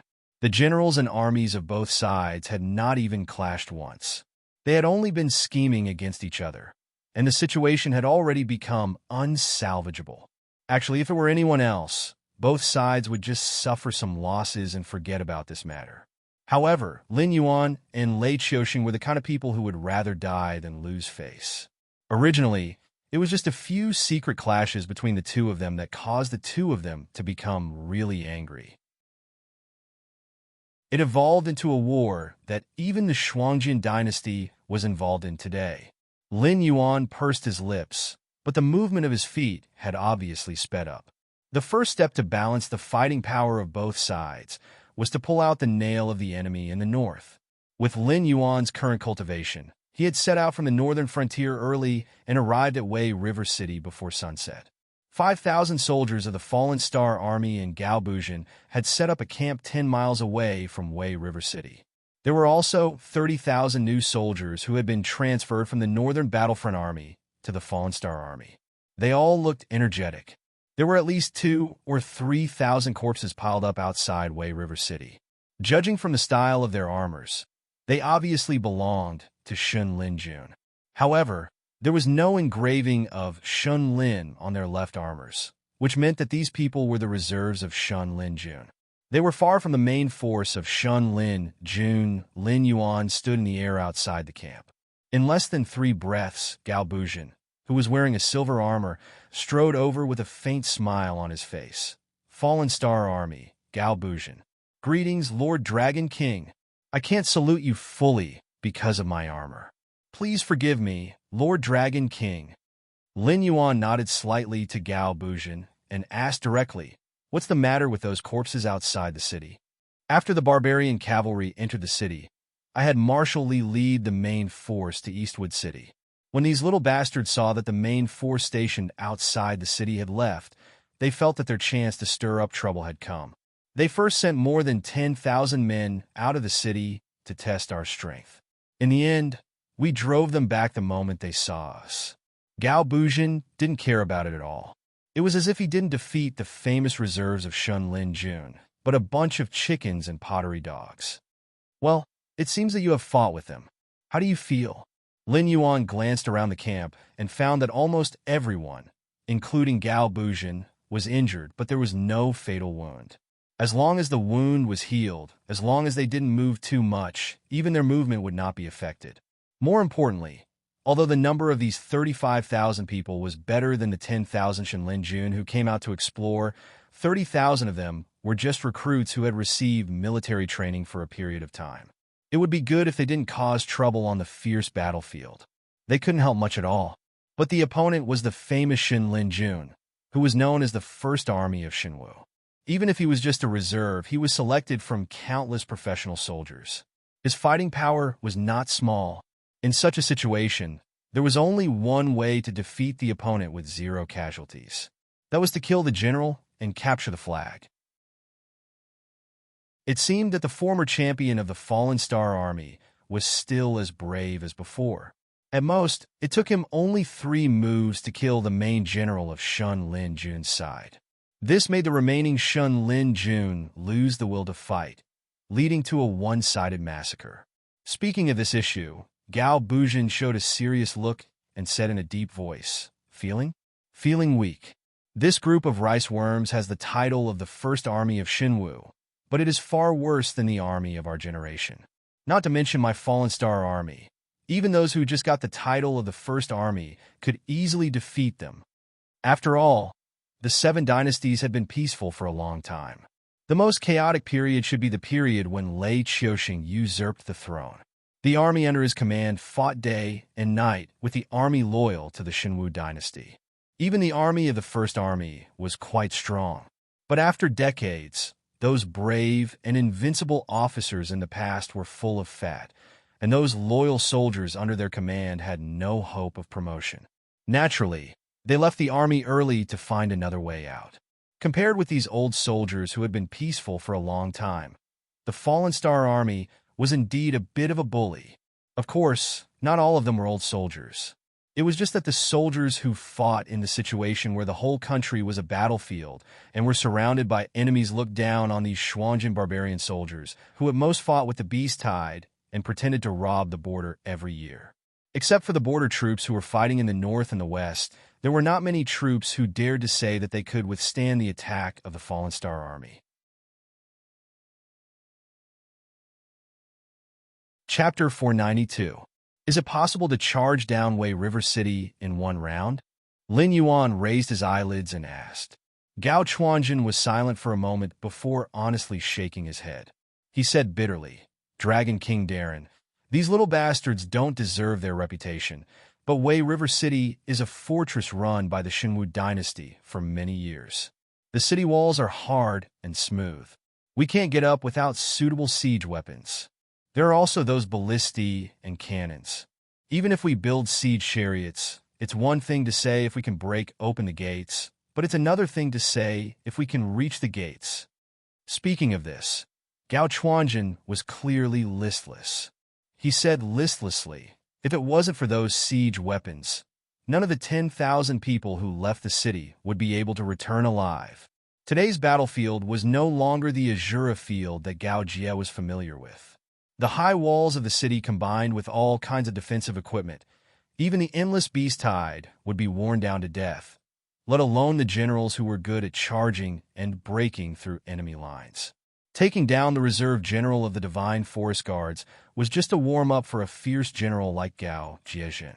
But before he could vent his hot blood, the other side retreated back to Wei River City. Like a turtle that had retreated back into its shell, Gao Jiejin felt helpless despite his peerless martial prowess. Just make it so they can't use it. Lin Yuan opened his mouth and showed a cold smile. In the next moment, the originally calm Wei River suddenly boiled and roared. Water dragons roared into the sky, and in the blink of an eye, it was as if the entire Wei River had turned into a dragon and stood upright. Even Gao Chuanjin, who had been on the battlefield for a long time, couldn't help but gulp. No matter how strong a cultivator was, they couldn't fight against the heavens and earth. Even Kongming experts who didn't fear water or fire would lose to the corrosion of time. Lin Yuan's method of borrowing the power of the heavens and earth was almost beyond Gao Chuanjin's understanding. Using his own power to move the entire Wei River for his own use. What kind of terrifying power was this? Gao Bujin had seen similar battles before. It was just that at that time, the Falling Star Army was in its heyday. Nearly 10,000 cultivators of the water system were mobilized, and they only managed to turn a river less than 1/5 of the Wei River into a water dragon to help them attack the city. In that battle, they almost didn't encounter any decent resistance, because most of the soldiers and generals in the city had been drowned or knocked to death before they entered the city. While Wei River City would have corresponding defensive measures, with the Wei River pouring down, the siege weapons on the city wall should have been mostly destroyed. The cannons filled with water couldn't fire. In an instant, the battle returned to the rhythm he was familiar with. Trouble. The reserve officer of the Divine Forest Army on the city wall of Wei River City looked at the rising water dragons with a gloomy expression. This fortress built on the banks of Wei River couldn't be unguarded against the enemy using water to attack the city. The city had extremely advanced drainage channels. Once the water dragon pounced into Wei River City, it would quickly be swatted away by the drainage channels. But if such a terrifying water dragon came crashing down, the weapons on the city walls would definitely be destroyed, and the city gates might even be blasted open. The reserve officer took a deep breath and shouted, "Go to the storehouse and move rocks and sandbags to reinforce the city gates. Don't let the water dragons break. Open the gates." The elite soldiers selected from the various troops were naturally not weak. At the very least, they were able to withstand the pressure of the water dragons and not be killed on the spot. However, once the city gate was breached, it would not be a small matter for the people outside to rush in. For example, the general who led the team to scout the way was considered one of the strongest among them. However, he could not even last 3 moves against the silver-armored general. For these generals, Cultivation didn't necessarily determine victory or defeat. Their mentality, martial arts skills, and even familiarity with battle formations would all determine victory or defeat on the battlefield. These were all very important factors. He didn't want to face the silver-armored general who was like a wolf or a tiger. The reaction of the officer on the city walls was very fast. But the moment he opened his mouth, the water dragons had already crashed down. The water dragons hit the city walls and suddenly exploded, turning into a large amount of water with a strong impact. It scattered the siege weapons on the city walls and washed away dozens of Shun Lin Jun's reserve soldiers who couldn't dodge in time. At the same time, they suddenly fell into the city. Most of them were drained away by the drainage system, but some of them hit the city gates hard. Gao Bujin and the Shun Lin Jun's reserve soldiers in the city all stared at the city gates. The city gates only shook twice but didn't break open. The officer on the city walls had a relieved expression on his face. But in the next moment, a white mist slowly rose. The Shun Lin Jun's body that was still wet suddenly had large and small ice cubes appear on their bodies. They shivered, and the city gates directly turned into ice gates. Charge! Lin Yuan glanced at Gao Bujin beside him and ordered in a low voice. Gao Bujin was slightly startled, but he quickly recovered. Gao Bujin, who had already engraved obedience to orders in his bones, looked at the frozen city gates and directly turned over on his horse. He squeezed the horse's belly with his legs and roared, "Charge!" The 35,000 soldiers wearing the armor of the Fallen Star Army didn't hesitate. They followed closely behind Gao Bujin and launched a charge toward Wei River City. Lin Yuan pushed back more than 10 meters.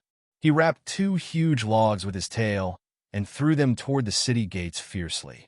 His speed was several times faster than the charging group of Fallen Star Army. They hit the frozen city gates one after another. With 2 crisp sounds, the city gates that separated the 2 armies instantly shattered into pieces. Kill! Gao Bujin's eyes lit up. The speed of his horse increased by 30% and rushed into Wei River City first. Gao Bujin held an 18-foot-long mace in his hand. It was also silver-white. With just one wave, 4 Shinlin Jun who were originally near the city gates were smashed into pieces. The 300,000 Shinlin Jun's reserve soldiers in the city couldn't even block for a moment. They were directly knocked to the ground by the Fallen Star Army. They originally hoped that the thick city gates would bring them enough protection, but the bloody reality slapped them hard in the face. The 2 officers of the Divine Forest Army took a deep breath and raised the weapons in their hands to meet Gao Jiejun. Although they weren't as strong as Gao Bujin in the original army, they were still very strong.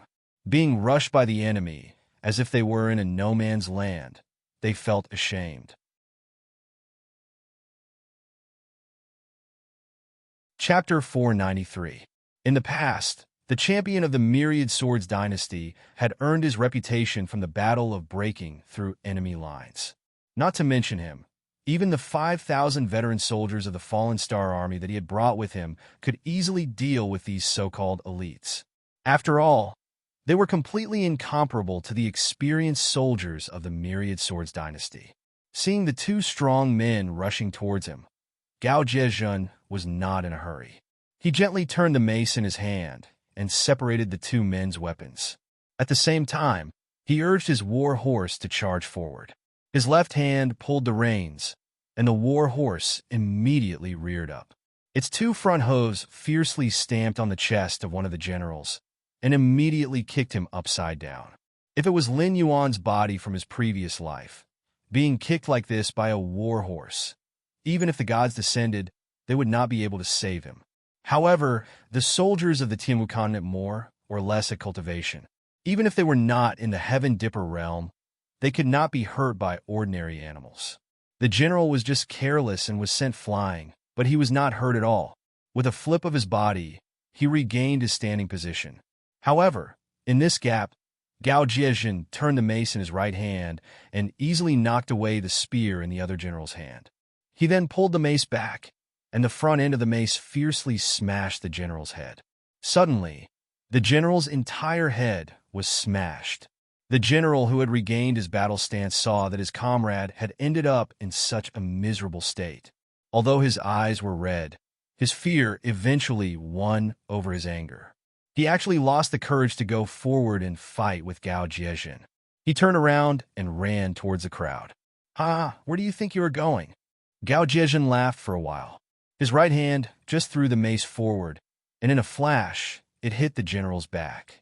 The general's body just trembled, and suddenly fell to the ground and died on the spot. A group of Shen Lin Jun's reserve soldiers who came out with the two officers also trembled. No one dared to look at Gao Jiejun, this killing god. After all, in the Wei River City, where elites walked everywhere, those who could become officers were all ruthless people. Even the reserve soldiers were not to be underestimated. They were either king soldiers from the original army, or they were the one-in-a-million geniuses among the orphans adopted by Shen Lin Jun. If the two officers were placed in Shen Lin Jun's reserve force, they would be considered to be at the top. Even in the reserve force, they would be able to fight against 100 people. Even the generals in Shen Lin Jun's main force would not be at a disadvantage.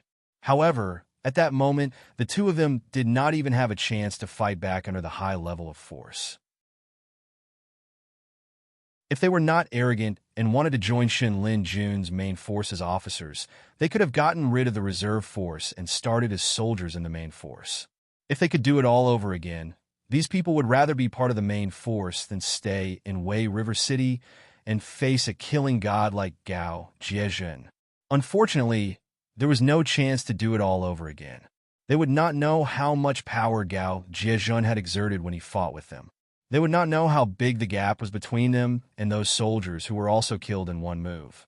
Gao Liejun was not in a hurry to retrieve his weapon.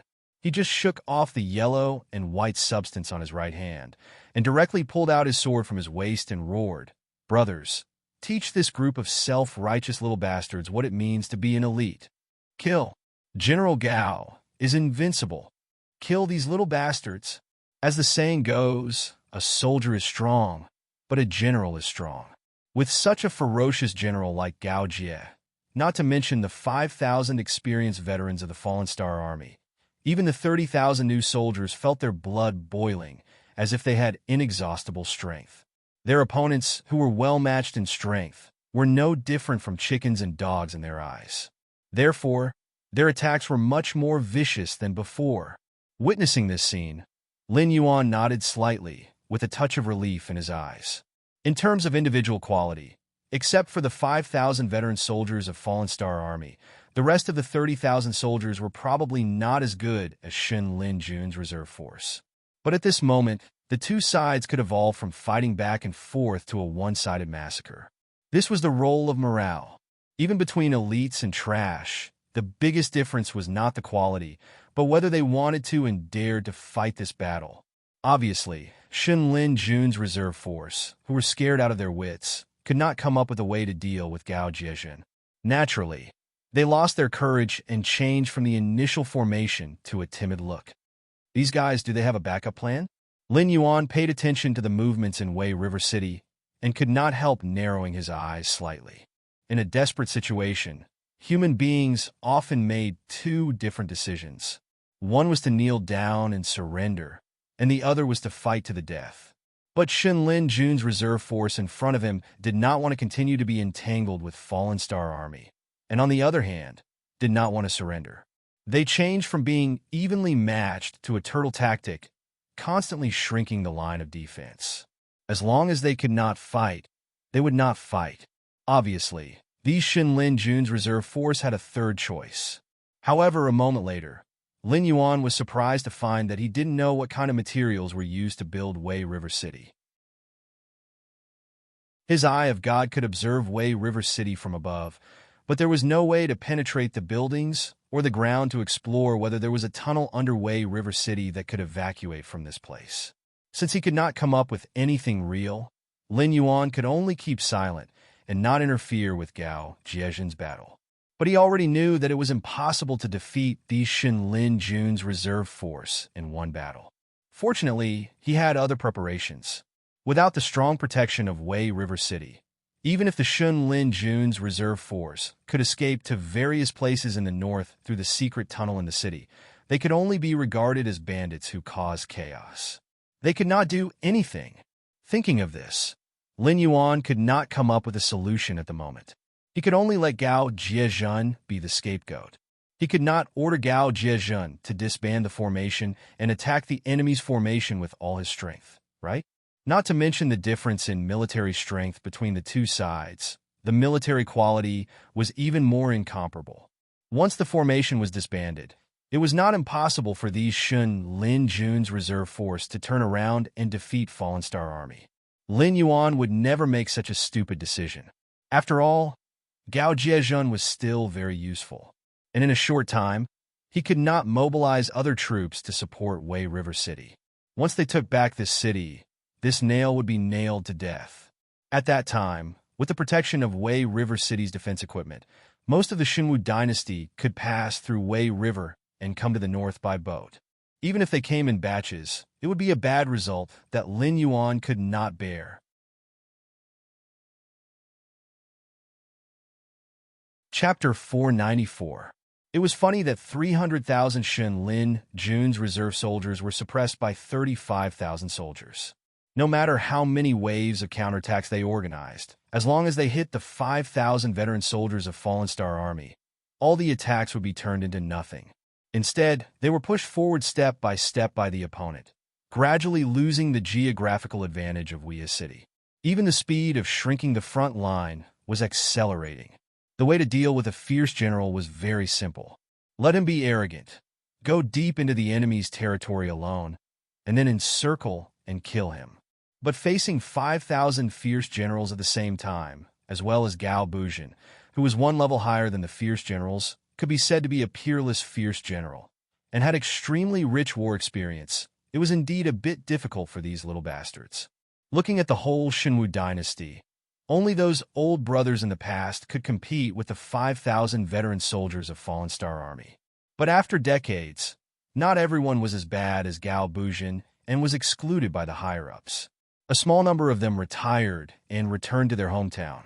For example, the 5,000 soldiers of Fallen Star Army brought by Yin Xingqi were not implicated, but they were not willing to work for Lei Qiuxing.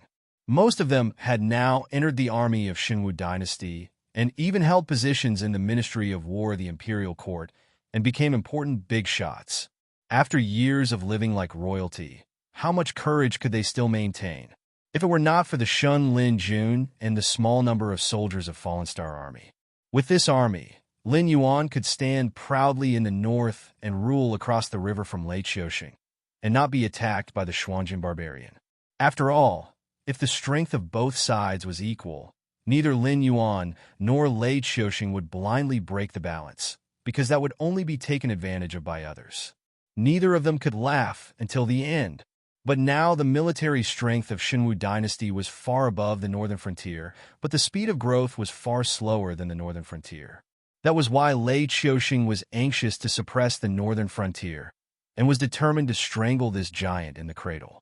That was why the Frost Mirror Barbarian had entered the pass. But as the fighting became longer and longer, Gao Bujin also got rid of the hot blood of returning to the battlefield, and looked at the problem with a calm attitude again. Soon, Gao Bujin realized that something was wrong. The Divine Forest Army's reserves were losing members too fast. Gao Jie felt that even if these 35,000 people were replaced with the main force of the Fallen Star Army, they would not be able to cause such a huge loss of members. As the enemy's defensive line became smaller and smaller, their battle formation also became smaller and smaller, sacrificing some soldiers in exchange for a chance to retreat. Gao Chuanjin frowned slightly, and his face suddenly turned cold. He raised the sword in his hand and said fiercely, "Everyone, follow me in charge." Seeing that Gao Bujin had sped up the attack, the commander of Shun Lin Jun's reserve force also understood that his abnormal speed of losing soldiers didn't escape the eyes of the enemy. But soon, a determined look flashed across his face, and he shouted, "This guy has found out our intention. It won't be so easy to escape. Quickly seal the tunnel and face the enemy." As the voice fell, nearly 40% of Shun Lin Jun's reserve force in the field were defeated. The enemy only had 35,000 people, and with the loss of soldiers during the battle, it was estimated that there were less than 30,000 people left now. Even if they were all unstoppable, it was impossible for them to have such a big appetite to eat all of them. Therefore, in their initial estimation, they only needed to lose about 30,000 to 40,000 soldiers to protect most of the good seedlings and escape from here. Therefore, the outermost army formation was basically made up of old guys with inferior cultivation aptitude. They were all veterans who were willing to sacrifice themselves. But after this order was issued, the rest of the soldiers who had the chance to retreat were suddenly a little unhappy, especially the few officers who were about to enter the tunnel. Their faces were so gloomy that it was almost dripping water. The commander's face was also gloomy, and he said coldly, "If those people rush in without caring about their lives, how long can we hold on? When we enter the tunnel, we will be caught. Not only will we have no way to survive, but we will also implicate our brothers who have already escaped." In the time it took to talk, the outermost line of defense had been completely torn apart. Under the incomparable charge of Gao Bujin, these so-called elites were just small soldiers who could kill dozens of soldiers with one strike. Seal the tunnel and prepare the camp. Although the face of the officer at the entrance of the tunnel was not good for a long time, his face was a little more relieved. Since this was fate, what was there to hesitate about? Even if he sacrificed himself in exchange for his brothers to escape, there would be a day when someone would avenge him.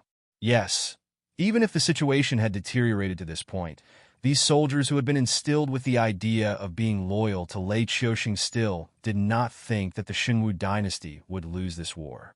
Right now, they were just letting that black Jiao be arrogant for a few more days. Without much hesitation, they decisively pulled down a mechanism. The tunnel entrance that was originally big enough for 3 to 4 people to pass through collapsed in an instant. The original entrance was already covered by sand, and it would take at least half a day to dig out the entrance again. Damn it! The sound of the tunnel entrance being destroyed was not small, and Gao Bujin could clearly feel the tremors under his feet. Almost instantly, Gao Bujin guessed what those people had done and could not help but curse with a gloomy face. Outside the city, Lin Yuan also felt the change and guessed that the mechanism in the city had been destroyed. Although it was a pity, he could only shake his head lightly and sneered, "If you want to wedge a nail, then so be it. Why did you have to choose to do it near Wei River? Courting death." In fact, the Xinwu dynasty had never considered the hidden dangers in the north. After all, the aristocratic families in the north were generally weaker than the south, and there was also the Hengduan Mountains in the north. Therefore, the only force in the north that could threaten the Xinwu dynasty was the Frost Mirror Barbarian. Wei River City was a fortress built by Lei Qiuxing. Not only was it used as a base for Shun Lin Jun, but it could also be used as a refuge for the descendants of the Lei family. Lei Qiuxing had never thought that the situation would deteriorate to the point that Xin Lin Jun had to leave his base. He also did not expect that the Hengduan Mountains, where there were many birds and beasts, would give birth to an anomaly like Lin Yuan. He actually used his own strength to mobilize the Wei River for his own use. He also did not expect that Lin Yuan did not mobilize all of his military forces to fight against the Xuanjin Barbarian when the Frost Mirror Barbarian invaded. Instead, he maintained his conquest of the entire northern territory. All kinds of situations that Lei Qiuxing had never thought of piled up together led to the fall of this so-called impregnable fortress.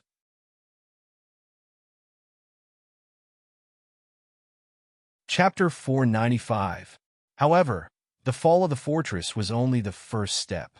Gao Chuanjin quickly rushed to the entrance of the tunnel. He frowned and thought for a moment. Then he found some soldiers who were still energetic and began to dig the ground. After 2 hours, they finally cleared out all the sand, revealing a dark and endless tunnel. Gao Chuanjin's face showed a little joy. The joy on Gao Chuanjin's face didn't last long. He calmly sent a group of soldiers down to explore the tunnel. He also told them that no matter if they met Xin Lin Jun's reserve soldiers, they should send someone back to report every half an hour. However, after several groups of people went down, not a single person came back to report. This made Gao Chuanjin's heart turn cold, because he didn't even hear the sound of fighting. In addition, he sent 3,000 to 4,000 people. It was impossible for them to not even have a chance to retreat before being wiped out by Xin Lin Jun's reserve soldiers. Then, the only possibility was that there was something wrong with this tunnel. After reorganizing his thoughts, Gao Chuzhen chased away the joy of victory from his mind. He did indeed remember some rumors about Lei Qiuxing when he was building this fortress that was known as impregnable. At the beginning of the construction, the designer had built many secret tunnels filled with traps in Wei River City. Unless one had the original blueprints, one might die from the traps if they entered the tunnels. Even if one's cultivation was high enough that the traps couldn't do anything to them, it was easy to get lost in the labyrinthine tunnels. After that, in order to keep it a secret, even the designer was secretly executed by Lei Qiuxing. Only Xin Lin Jun's generals and temporary commanders knew the structure of the tunnels. These people were basically going to serve Xin Lin Jun for life until they died of old age. Their purpose was to ensure the absolute safety of this tunnel. After thinking this through, Gao Chuanjin could only bitterly laugh twice and accept the fact that he didn't want to accept. There was no way to break this tunnel. Either he got the blueprint, or he could only leave it alone. In this battle, nearly 100,000 Xin Lin Jun's reserve troops were annihilated. However, after the rest of the troops escaped into the underground tunnel, even a general like Gao Bujin, who had been through hundreds of battles, couldn't help but hesitate. He didn't even know how to face Lin Yuan. After all, they didn't know how long these tunnels were, how many changes there were, and where the exit at the other end of the tunnels was. Moreover, after losing 3,000 to 4,000 men, Gao Jiezhen didn't dare to take any more risks with his brothers. The only thing they could be sure of was that no matter how long this tunnel was, it couldn't go all the way to the Central Plains. After all, they didn't know how deep the Wei River was, and it was impossible for them to go around it. If they really dug such a deep tunnel, it wouldn't be able to provide enough support, and it could collapse at any time. At that time, not only would they not be able to protect the tunnel, even the fortress above ground would be destroyed together with it. Therefore, it was impossible for these Xin Lin Jun's reserve troops to return to the Central Plains. They could only go to different places in the north through different secret tunnels, and then become a nail that was nailed into the palm of the northern frontier. Although Gao Jiezhen already knew that he couldn't do his best in this battle, the two sides were in a deadlock here. Compared to the Xin Lin Jun's reserve troops escaping from under his nose, it was two different things. The former was just a lack of troops and siege equipment, but the latter was tantamount to pointing at his nose and calling him a piece of trash. Gao Jiezhen, who was helpless, could only secretly spit and curse. They claimed to be invincible, but in the end, they dug so many rat holes in the ground. They want to be a whore and set up a monument to their chastity. It doesn't matter. They're just a group of defeated soldiers. At most, they'll be disgusting, but they won't be a big problem. Lin Yuan, who walked in from outside the city, comforted Gao Jiezhen and said with a chuckle, "Old Gao, I'll leave the construction of the defense line along the river to you. You must come up with your first plan within 3 days. This is your chance to become famous in the northern frontier. Although Li Zhong and the others will definitely raise objections, if you can make it perfect and pass it with a unanimous vote, then the impact on your future will definitely be different from the subsequent plans that need to be modified and pieced together." Hearing Lin Yuan's words, Gao Jiezhen's face also turned red, which was rare. Although he was ostracized in the Xinwu dynasty for decades, this didn't mean that Gao Jiezhen didn't care about fame. If that was the case, then why did he join the Fallen Star Army in the first place? Why did he have to risk his life to become a champion? Yin Xingqi had been exiled in the northern frontier for decades. Although his old subordinates still respected him, his prestige was not as high as before. Otherwise, under Yin Xingqi's call, there would be more than just Gao Jiezhen and his 5,000 old brothers who came to the northern frontier to join Lin Yuan. What really attracted Gao Jiezhen was the talent selection system of the northern frontier. In the northern frontier, one's background, wealth, status, and even reputation didn't matter much. If one wanted to become a real person in the northern frontier, then one needed to have enough ability. As a former champion, Gao Jiejin was confident that he could occupy a place in the northern frontier military. However, after the establishment of the Northern Frontier Academy, Gao Jiejin saw many talents in the field of military studies. This made him worry about his future position.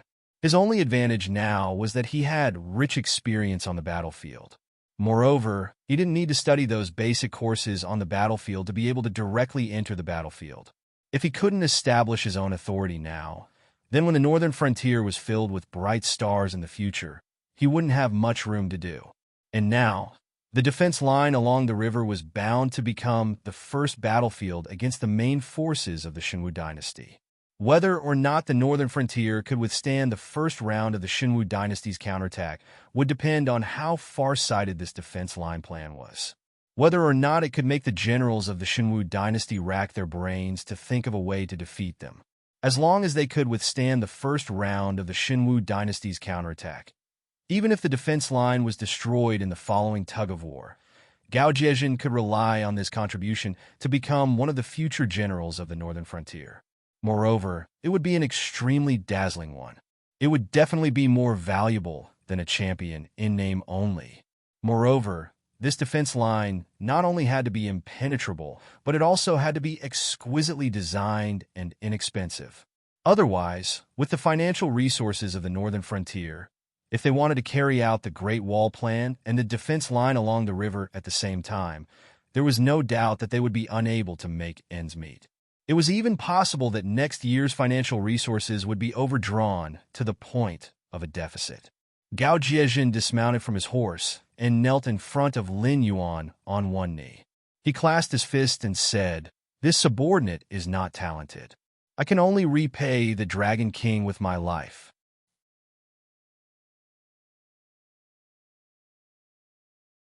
Chapter 496. Apart from the brief interlude in Wei River City, the entire northern battlefield had entered a white-hot zone. The Yao beasts and demi-human warriors hiding in the forest taught the Frost Mirror Barbarians a good lesson. For the first time, the Frost Mirror Barbarians personally experienced that war wasn't as simple as being completely annihilated by the other side or completely annihilated by the other side. Under the command of the graduates of the Northern Frontier Academy, the demi-human army methodically divided the Frost Mirror Barbarian army into pieces of meat that made them drool. Then, taking advantage of the terrain where the enemy's warhorses weren't suitable for charging in the mountains and forests, as well as the overwhelming advantage of the Northern Frontier's armaments, the demi-human army slowly devoured the Frost Mirror Barbarian soldiers who dared to enter the mountains and forests. After losing nearly 200,000 soldiers, the Frost Mirror Barbarian commanders also learned of the strategy of "don't enter the forest." They didn't give the Northern Frontier a chance to divide and tear them apart, and took the initiative to disperse their forces and occupy the plains. In this way, the Northern Frontier Army's lack of training was highlighted, and the quality of the soldiers was uneven. After all, in a large battle, your fellow soldiers and comrades would give you a chance to fill in the gaps. But in a small-scale battle, everyone couldn't even take care of themselves. Who would have the time to clean up your mess? However, the setback on the Northern Frontier was within everyone's expectations, and they didn't fall into a disappointing situation. They changed their previous aggressive attitude and concentrated their forces in the mountains and forests, or stationed them in places that the army had to pass through. In any case, they didn't continue to engage in small-scale battles with the Frost Mirror Barbarian soldiers. This made the Shuangjian Barbarian soldiers suffer, because their primary mission in the Northern Frontier wasn't to suppress the Northern Frontier, but to find the 13th Prince. The 13th Prince was the Frost Mirror Khan's favorite son, and he was even called Batub on the grassland, which meant the warrior of the grassland. In the Frost Mirror grassland where power determined status, having such a son ensured that Shuang Jihan would be able to protect his Shuliao tribe from being swallowed up by other tribes, even if he was pulled down from the throne of Great Khan by other tribes. After all, the 13th Prince's Shui Liao cavalry was a tough nut to crack. Anyone who wanted to chew on them would have to grind their teeth off. Those tribes wanted to preserve their strength, so they naturally wouldn't engage in a bloody battle with the Shuel Liao tribe. But now, they were trapped in the northern plains, unable to advance even half a step. Moreover, they did not know what was happening behind them. Even their supply line had been cut off by the Northern Frontier Army. Until now, not a single grain of rice had been sent in. Seeing that their rations were about to run out, they had no choice but to kill extra war horses to satisfy their hunger. But where would they find extra war horses? The Shuangjian barbarian soldiers could only kill the exhausted war horses and replace their mounts with the other 2 war horses that had not ridden into the northern frontier. This was tantamount to drinking poison to quench thirst, because if they didn't change their mounts, the most fatal problem for the cavalry would be their stamina problem. Originally, they could still plunder the cities in the northern frontier, but Li Zhong's strategy of erecting walls and clearing the wilderness left only a few troops disguised as Xinwu dynasty soldiers in the northern frontier. There was only a small amount of rations left, and it wasn't even enough to fill the gaps between their teeth. These soldiers who stayed behind to guard the northern frontier were basically doing it voluntarily. Their bravery was unparalleled, so it wasn't easy to chew on a hard bone. And even if they did, they wouldn't be full. After a few losses, they gave up on those cities. They didn't even know what to do with the captives they caught. It would be a waste to kill them. After all, although the Frost Mirror barbarian soldiers were good at fighting in the wilderness, they were not good at sieging cities. They didn't know that the northern frontier had removed the city walls, so they naturally had to keep a certain number of cannon fodder and slaves to prepare for a war of attrition against the cities of the northern frontier. It was exactly the same strategy as the beast tide when attacking human cities. Therefore, it wasn't unreasonable for them to be called barbarians. Apart from looking like humans, they were almost no different from monsters in the eyes of the other 6 great empires. But if they kept these people alive, they would have more food to feed. If this went on, they might even eat humans with bloodshot eyes. Before these Frost Mirror barbarian soldiers entered the northern frontier, they naturally didn't know that the aristocratic families and sects in the northern frontier had already been wiped out by Li Zhongxing. Under the operation of the embroidered uniform guards, all the wealth accumulated by those aristocratic families had been swallowed up by Lin Yuan. As long as the people in the cities were evacuated, the entire northern frontier would instantly become a battlefield. Without the obstruction of the aristocratic families and sects, this step was particularly easy. After all, no one wanted to live on the battlefield. There was no guarantee that they would lose their lives at any time. The supplies were transported by the supply caravans, and the routes of the supply caravans were basically in the mountains or places where there were large numbers of soldiers. With just these Frost Mirror barbarian soldiers, it was impossible for them to steal anything without paying a heavy price. Moreover, several times before they succeeded, the soldiers of the northern frontier actually set fire to the caravans and even fought directly on the burning caravans. In the end, the soldiers and the caravans were burned to ashes together. They didn't give them any supplies at all. In particular, these supply caravans were all from the Northern Territory Chamber of Commerce. These guys who had been traveling in the Hungduan Mountains all year round were not to be trifled with. They had to be on guard at all times against demonic beasts or other forces in the northern frontier. Their fighting ability in the mountains and plains was not much worse than the demi-human army and demonic beasts. They were the toughest of the toughest. After all, the 13th prince had been lost in the northern frontier. Now, even the main forces of the Frost Mirror barbarian soldiers were having such a hard time, let alone the 13th prince, who they had lost contact with for a long time. At this moment, most of the Shuangjian barbarian soldiers believed that the 13th prince, who had lost contact with the Frost Mirror grassland, had most likely died at the hands of the people of the northern frontier. Even the Bloodridge Knights, who were originally from the Bloodridge tribe, didn't believe that the 13th prince was still alive. After this period of fighting, the people of the northern frontier were fiercer and more barbaric than the Shuangjian barbarian soldiers. Many of the Frost Mirror barbarian soldiers were even thinking of retreating.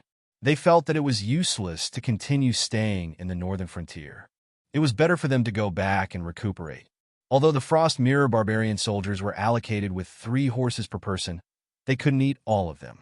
Although the people of the grassland knew how to fight, if they wanted to cross the frost mirror grassland on foot without horses, it was no different from suicide. The Xuanjian barbarian soldiers were gloomy. They even began to secretly complain about their ally, the Xinwu dynasty. After all, they had agreed to it on the surface. Until now, the Xinwu dynasty had not sent a single soldier to put pressure on the northern frontier. Otherwise, the Xuanjian barbarian soldiers would never have fallen to such a miserable state.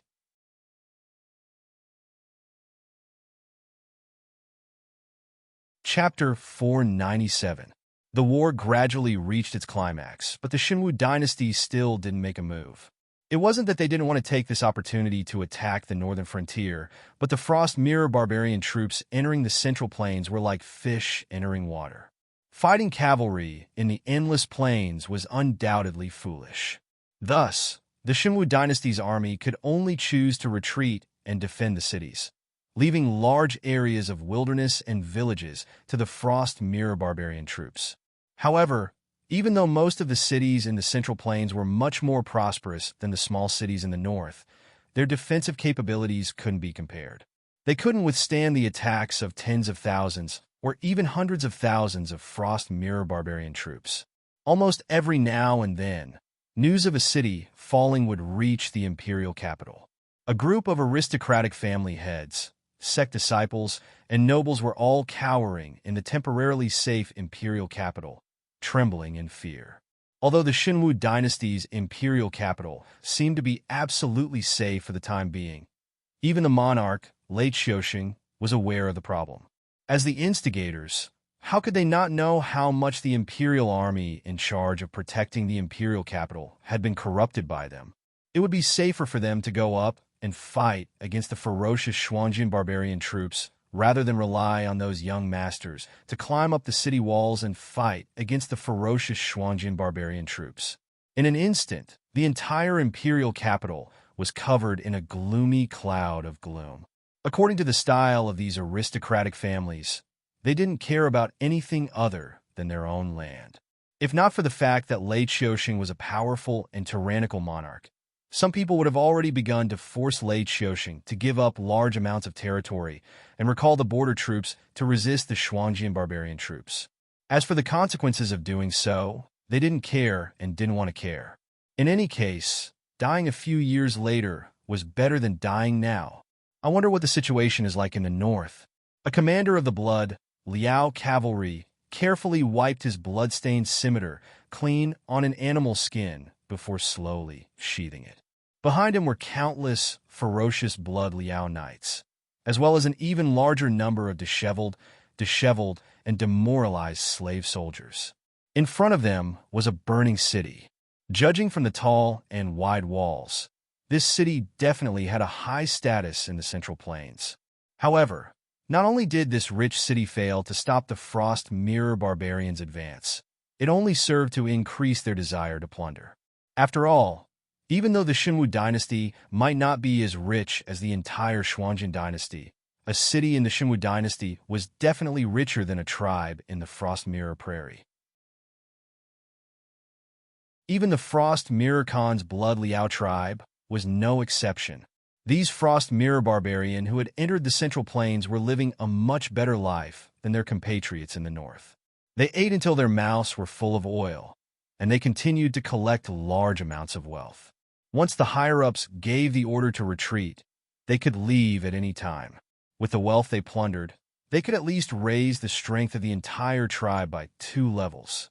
In addition, the public opinion that Lin Yuan had carefully created also exploded at this moment. Almost all the people believed that the border army had already been defeated. Otherwise, it would be impossible for so many barbarians from the northern frontier to enter the Central Plains. Many people didn't even wait for the Frost Mirror barbarian to continue moving south. They had already spontaneously started migrating further south. This move was absolutely fatal to the current Xinwu dynasty. The north was already out of control, and the south was in endless chaos. If even the people in the Central Plains fled, it would mean that the Xinwu dynasty wouldn't receive a single grain tax in the coming year.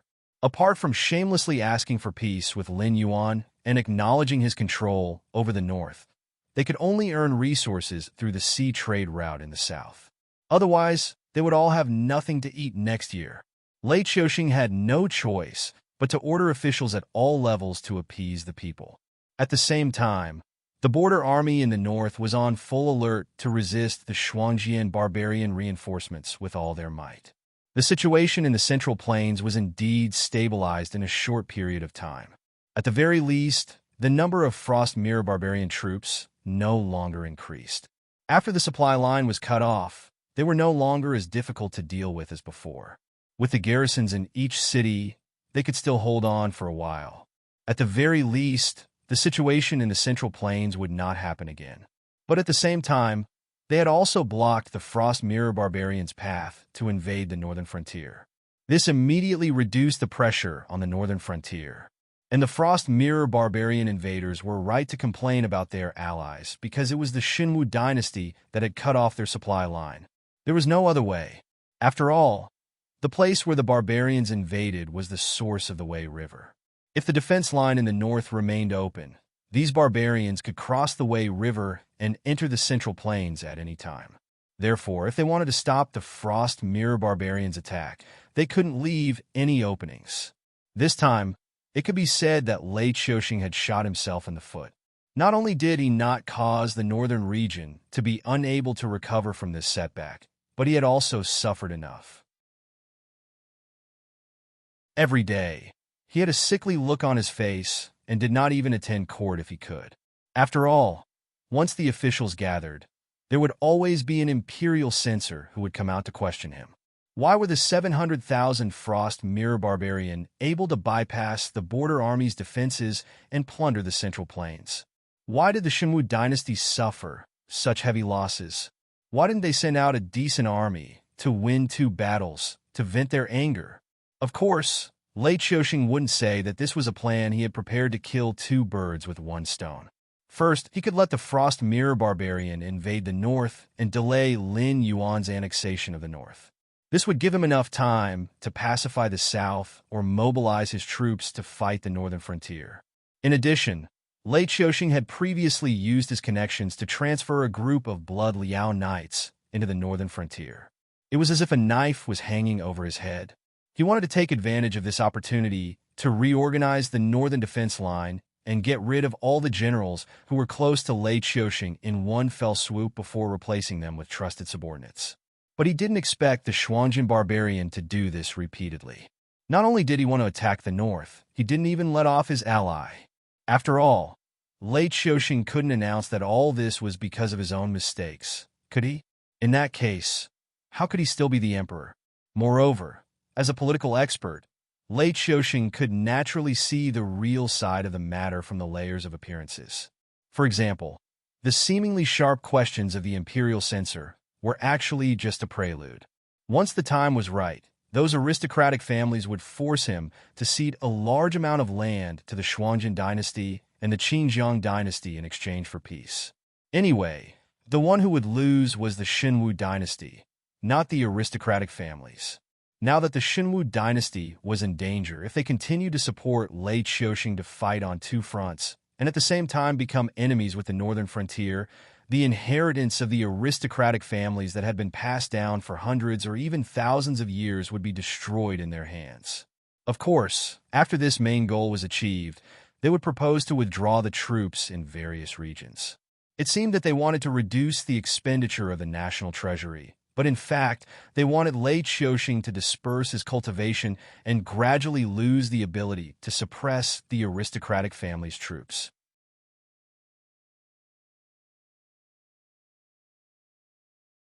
Chapter 498. This was the main reason why Lei Chou-shing detested the aristocratic families. Lin Yuan was thinking of ways to eliminate different voices at the northern frontier. However, within the Xinwu dynasty, various factions were thinking of ways to weaken Lei Chou-shing's power. They didn't seek to pull Lei Chou-shing down from the throne, but at least they wanted to prevent Lei Chou-shing from killing them as he wished. Of course, people were greedy and insatiable. Once they weakened Lei Chou-shing's power step by step, The next thing they would do would be to covet the sacred artifacts and experience the feeling of taking turns to be the emperor. Lei Qiusheng was even a little envious of Lin Yuan. Although the northern frontier wasn't big, after a series of purges and suppression, the entire northern frontier was under Lin Yuan's control. If he wanted to fight a war, it would be fought. If he wanted to fight a war, it would be fought for as long as he wanted. No one dared to say anything. This was because the aristocratic families in the northern frontier were relying on Lin Yuan to survive.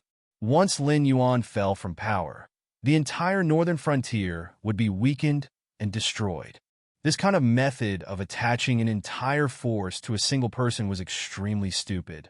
Once there was no outstanding successor, then the speed of the force's growth would be the same as the speed of its collapse. Lei Qiusheng knew that this method was stupid, but he still dreamed of becoming such an emperor. However, he was helpless. Back then, he was able to ascend to the throne by relying on his military power. However, with the abilities of those big shots, it was impossible for them to govern the region. Therefore, he could only use a large number of talents from the aristocratic families and sections. This resulted in the current situation where he couldn't get rid of his subordinates. Zhang Xiu, Lei Qiusheng, who was pacing back and forth in Yangxing Palace Hall, subconsciously called out. However, a trace of sadness quickly appeared on Lei Qiusheng's face. That person was no longer here. Actually, putting aside the fact that he was a surviving member of the Jiao clan, Zhang Xiu had done his best under Lei Qiusheng. He had managed the embroidered guard from nothing to a ferocious tiger that everyone feared. Although it couldn't be separated from Lei Qiusheng's great support behind him, it was enough to show that Zhang Xiu wasn't an embroidered pillow like Lin Yuan had described him to be. On the contrary, Zhang Xiu was a great talent with real talent. Moreover, after decades of getting along with each other, the stubborn Lei Qiusheng had also treated Zhang Xiu as one of his few friends. Although they were not as close as Shadow, who had grown up together, they were still closer than Lei Qiusheng. Now that there was a problem with the war strategy, Lei Qiusheng sadly discovered that he couldn't even find someone to discuss it with.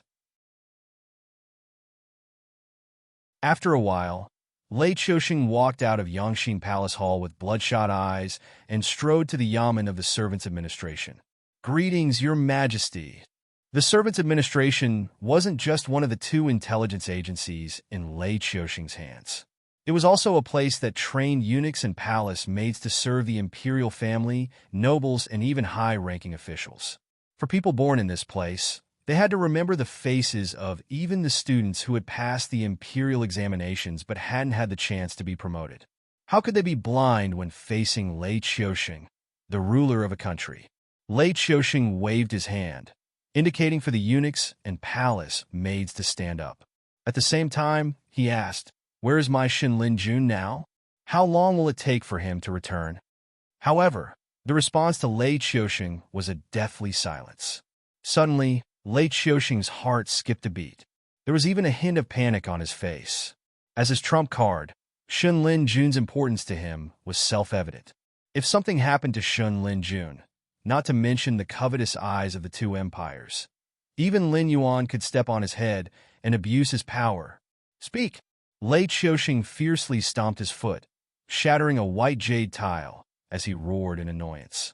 An old eunuch with snow-white hair trembled as he knelt on the ground. He said bitterly, "Your Majesty." After Lin Jun received Your Majesty's decree, he was stopped by Eunuch Tai before he could leave. "I'm afraid he won't be able to return in a short period of time." Hearing that his shadow had left Lin Jun in the south at such a time of crisis, Lei Qiusheng's face didn't reveal any strange expression. However, his heart grew heavier and heavier. This was because the shadow's action meant that there was an even bigger mess in the south. It was no longer a problem that could be solved by killing Lei Qiusheng or wiping out a few aristocratic families. The old eunuch quietly raised his head. When he saw that Lei Qiusheng hadn't delivered the goods, he lowered his head again and said, "According to the news that Eunuch Tai sent a while ago, those evil cultists who were banished overseas have now returned to the south to preach. Currently, a large number of people have already joined them." Eunuch Tai said that there are countless rebel armies in the south. There is no army that can be trusted. Only Lin Jun, who is loyal to your majesty to the death, can take on this great responsibility and eliminate those evil cultists. Evil, teach, disciple. The moment these three words appeared, Lei Qiuxing only felt that his brain had exploded with a buzzing sound. His vision instantly turned white. As the actual ruler of the Shenwu dynasty, he knew too many secrets that others didn't know. He was very clear that the top forces who called themselves the Guardians of the Heavenly Gates were mortal enemies with these evil cultists. It wouldn't be an exaggeration to say that both sides had an irreconcilable hatred. They definitely wouldn't sit by and watch the evil cultists develop and grow stronger in the south. They wouldn't even let them enter the south. But now, not only had the evil cultists entered the south, they had even started to preach in the south. No one had come out to control them. Even the Shadow had no choice but to disobey Lei Qiuxing's orders and intercept Xinlin Jun. He was prepared to let them take on the responsibility of eliminating the evil cultists at any time. However, the attitude of the Guardians of the Heavenly Gates had already explained many things. Since they could tolerate the evil cultists preaching in the south, it meant that they were willing to make almost any concessions other than directly sending troops to suppress the Shenwu dynasty. Heh. Lei Qiuxing opened his mouth and laughed bitterly. The sound coming from his throat was like a broken bellows. Your Majesty. The old eunuch raised his head with a worried expression. He looked at Lei Qiuxing, who had changed his usual shrewd style. He felt as if he was being chased, and his heart was tightly clenched. After all, these eunuchs grew up and learned in the palace. Their loyalty to Lei Qiuxing was definitely no less than that of Xinlin Jun. It might even surpass that of Xinlin Jun. After all, Xinlin Jun was a professional soldier. He could still live well without Lei Qiuxing.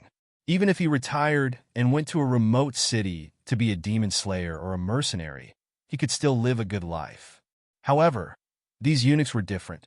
Without Lei Qiuxing, they were just a group of lonely, disabled people with no one to rely on. Even if their cultivation was high and their wealth was comparable to that of a country, they would still end up with no one to send them off in their old age. Their power, their lives, and even their everything were linked to Lei Qiuxing. Naturally, they had to think about Lei Qiuxing at all times.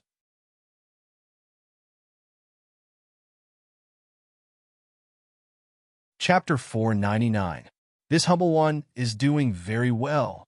Lei Qiuxing finally regained some clarity after hearing the old eunuch's call. However, he felt an inexplicable sadness in his heart. No matter how he viewed himself, the current rotten situation had become a mess that was difficult for him to clean up. This was especially true after Lin Yuan revealed his ambitions. Lei Qiuxing was in a state of panic and had taken many remedial measures. However, the more he did, the more mistakes he made, which led to the current situation. Even though Lei Qiuxing knew that as long as he had enough time to deal with the south, even if Lin Yuan completely took over the north, he would still have the strength to fight. However, the enormous pressure that had been accumulating in his heart day after day made Lei Qiuxing, blinded by greed, choose to open the border. He gritted his teeth and let the Frost Mirror Barbarian into the country, but he didn't expect that he would shoot himself in the foot. His originally resentful attitude completely changed after hearing the news of the southern evil cultists. He originally only treated Lin Yuan as an equal opponent, but he didn't expect that Lin Yuan's plans were even greater than his. The cultists had even bypassed him and directly contacted the most powerful forces. If the Shadow had not happened to be in the south, it was likely that the cultists would have caused a huge ruckus before the report would appear on the Shadow's desk. Because at this moment, Lei Qiuxing clearly understood that it wasn't just Lin Yuan. Even the civil and military officials of the court, as well as the top-level factions, all thought of him as the loser before the war even began. None of you are optimistic about this humble one's chances? This humble one is going to win this war, no matter what. Lei Qiuxing suddenly took a deep breath and said in a low voice, Eunuch Zhuo, this humble one doesn't have any trustworthy people by his side right now. I can only trouble the servants' administration to make a trip to the northern border. Have the troops there withdraw in batches to the central plains and defend the imperial capital to the death. Without this humble one's orders, no one is allowed to fight on their own. Those who disobey will have their entire family executed. The old eunuch called Eunuch Zhuo was shaken. He looked at Lei Qiuxing in disbelief, as if this was the first time he had met this person. I am very clear-headed now. I know the consequences of doing so. Lei Qiuxing gritted his teeth and fiercely said, "Didn't they look down on me? They want this humble one's beautiful country, but this humble one will not give it to them. Even if they are lucky enough to beat this humble one this time, this humble one will leave them with a terrible mess." Yes. Eunuch Zhuo lowered his head again and pressed his forehead against the ground, trying to control his emotions.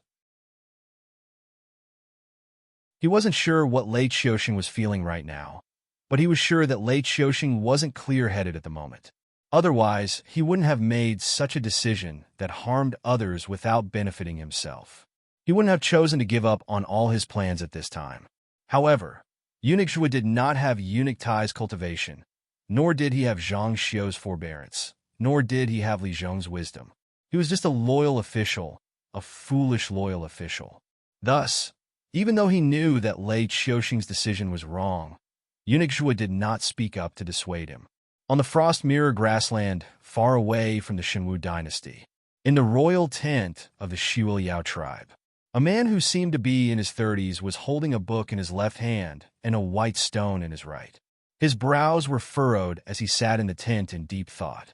But he was the only person in the tent. No one knew who he was playing Go with or what he was thinking about.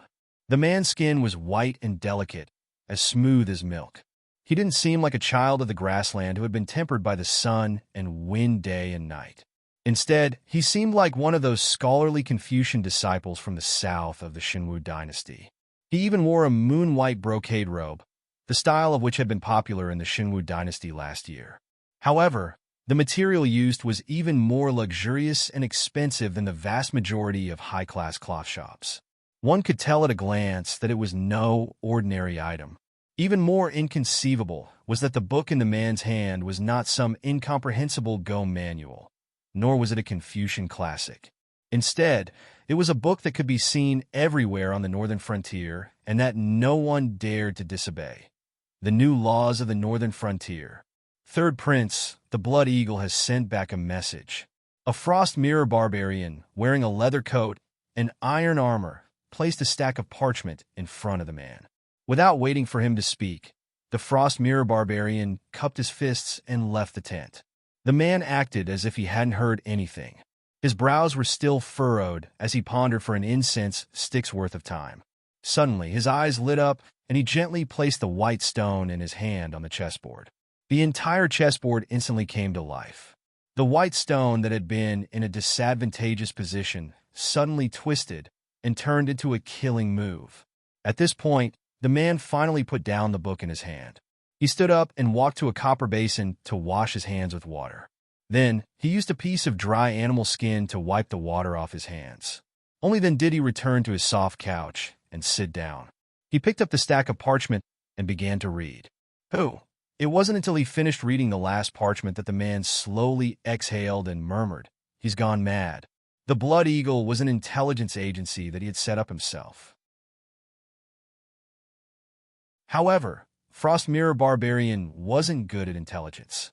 Even if he disguised himself, his skin and demeanor were completely different from those who live in a world where birds sang and flowers bloomed. Therefore, there were very few secret agents and spies in the Xuanjin dynasty. Even if there were a few similar organizations, they were short-lived. They were either destroyed in an instant or slowly fell into a useless state. Even though his Blood Eagle could hide in the Xinwu dynasty, it still couldn't obtain first-hand information. This was also the reason why he could slowly think of a way to solve the chessboard after receiving the information about the Xinwu dynasty. However, based on this outdated information, he could draw several conclusions. Firstly, his valiant 13th brother was already confirmed dead. Second, the strength of the northern frontier was far beyond their imagination. It was estimated that none of the people who entered the north this time could come out. Third, Lei Qiuxing had gone mad. The first two pieces of information were already speculated by him. Even if they were confirmed now, they weren't worth mentioning. However, the last piece of information made him cautious. In addition to the information he received this morning, Lei Qiuxing was going to withdraw the border army in the north and let them directly enter the rich and livable hinterland of the Xinwu dynasty to occupy territory and plunder treasures.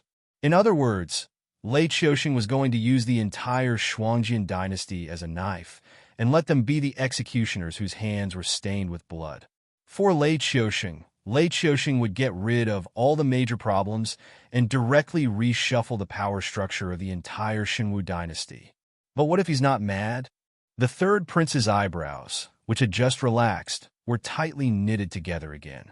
His expression was a little uncertain. He dared to use the Shuangjian dynasty as a knife.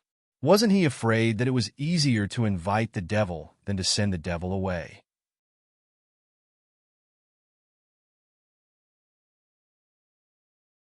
Chapter 500. The third prince sat in his own tent and frowned as he pondered.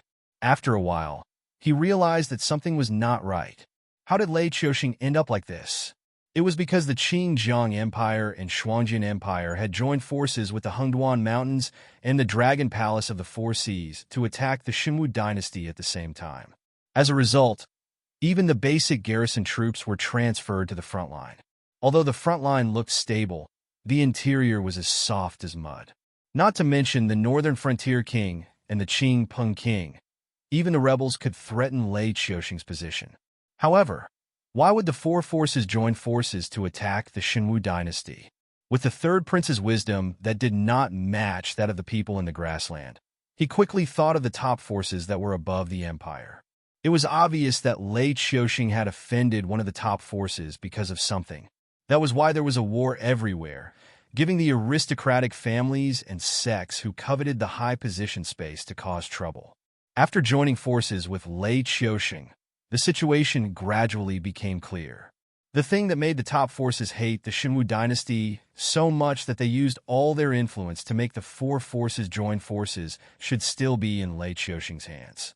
Otherwise, both the Shuangjian Empire and the Qing-Jiang Empire would have withdrawn their troops and returned to the empire. After all, the monster horde in the Hengduan Mountains would not reason with them. Since they had no military strength, the neighboring empires would not miss this opportunity to loot a burning house. However, the strange thing was that the forces that bordered the Qing-Jiang Empire and the Shuangjian Empire did not attack them at all. It was only after they attacked the northern frontier that the monster horde broke out on the Shuangjian grassland again. All the signs pointed to the fact that the item was still in Lei Qiuxing's hands. Also, the reason why he dared to take the risk was that the item could help him turn the tables after his plan of driving the wolves to devour the tigers. He could destroy the Frost Mirror cavalry that invaded the Xinwu dynasty. Thinking of this, the third prince's forehead was instantly covered in a fine layer of cold sweat.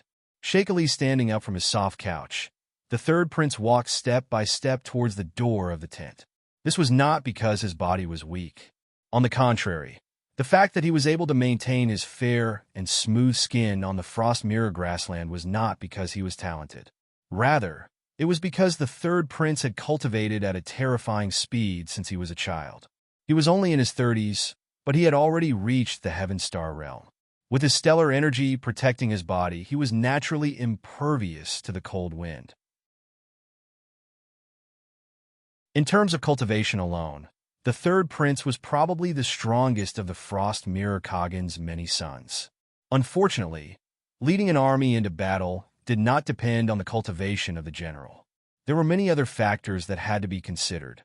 Although the third prince was not inferior to the 13th prince in terms of strategy and adaptability, the third prince was not inferior to the 13th prince in terms of motivation, morale, and courage. Therefore, the 13th prince was Badalu, and the third prince was just the third prince. Your Highness, why are you? The two Bloodspan knights in charge of guarding the tent paled when they saw the third prince walk out of the tent. On the Frost Mirror grassland, where the 13th prince's fate was unknown, the third prince could not become the first successor of the Bloodspan tribe. However, the cunning third prince controlled the Blood Eagles. With the cunning of a fox and the eyes of an eagle, the third prince was practically the brain of the entire Bloodspan tribe. He spent most of his time in his tent, processing the intelligence reports from the Blood Eagles and formulating a plan of action for the Bloodspan tribe. Unless something major was about to happen, the third prince rarely left his tent. After all, the intelligence reports were already outdated. If he did not check them in time and did not react in time, the entire tribe might be plunged into an unknown and desperate situation that concerned the survival of the tribe. The third prince looked at the guards with a pale face and said in a low voice, "This matter is of great importance. It is not convenient for me to meet with my father directly.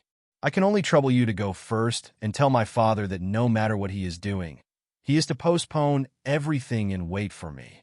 Just say that our Reflection Frost dynasty is in grave danger. If we don't handle this matter properly, not only the Bloodbath tribe, but all the other tribes on the Reflection Frost plains will be wiped out." What a guy! When the guards heard this, their faces instantly paled. The third prince never spoke without thinking. Now that he said this, it meant that a great disaster was about to happen on the Frost Mirror grassland. The guards did not know that the exhausted Shenwu dynasty would not be able to stop the Xuanjian dynasty from taking the imperial capital now that the army had moved out in full force. However, the third prince was never one to speak empty words. Many people even respected the third prince with titles such as prophet or sage. This was because the things that the third prince had predicted over the past 10 years were all reflected in the time and place that he had predicted. Yes, I will go and see the Great Khan now. After all, the third prince's guards were the brains of the Bloodspan tribe. Although they only had the title of a guard, their status was not inferior to the generals other than the princes. As long as they reported to the Great Khan, they would be able to see him. Also, the third prince turned to look in the direction of the Shenwu dynasty and said with a dark face, "We have to be prepared for both sides. My father has always favored the 13th prince, but it seems that he has died on the northern frontier. I am worried that my father will send troops out in anger and destroy all the tribes on the Frost Mirror grassland. Find a group of trustworthy people and inform the chiefs of the other tribes to come here for a meeting. Even if we have to force him, we cannot let my father continue this war." The guard trembled and his face paled, but his eyes flashed with determination. He said in a low voice, "Yes." Everyone knew that Xuanjian Khan favored the 13th prince. However, they were both Xuanjian Khan's sons. How could the third prince, who was the most talented and the wisest, not be interested in Xuanjian Khan's throne? If he succeeded in forcing the third prince to abdicate this time, he would have succeeded the third prince. As long as he could win this war, he would be a big shot in the Bloodspan tribe and even in the Xuanjian dynasty. When the time came, the third prince might even allow him to leave with his tribesmen and establish his own tribe. For a better life in the future. For a lord who could rule over a region. It was a gamble. The third prince, who did not know the guard's complicated thoughts, sighed as he watched the guard leave. He looked in the direction of the Shenwu dynasty and murmured, "I hope it is not too late."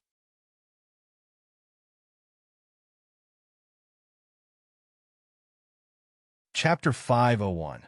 If the Xuanjian dynasty could get their hands on information, the northern frontier would naturally be able to get their hands on it. In fact, they would be able to get their hands on it much faster. Looking at the report on the table that had been confirmed by the Association of the Demon Emperor and the Embroidered Uniform Guard, Li Zhong's eyes were filled with doubt. Was Lei Qiuxing crazy? Or was he making a huge gamble? Or was he trying to drag the northern frontier down with him? Li Zhong believed that a person at Lei Qiuxing's level wouldn't lose their will to fight just because of a momentary loss. He also didn't believe that Lei Qiuxing would make such a crazy decision. If that was the case, then he would have to wonder if the person who had invaded the country with a strong army was the current divine martial emperor, Lei Qiuxing. Once the northern frontier army retreats back to the central plains, the Frost Mirror cavalry will be able to attack the Shenwu dynasty unscrupulously. Of course, they might also attack our northern frontier. Judging from the factors of this simultaneous invasion, the Xuanjian dynasty's tribes, big and small, should be more inclined to plunder the Shenwu dynasty, which is currently lacking in battle strength.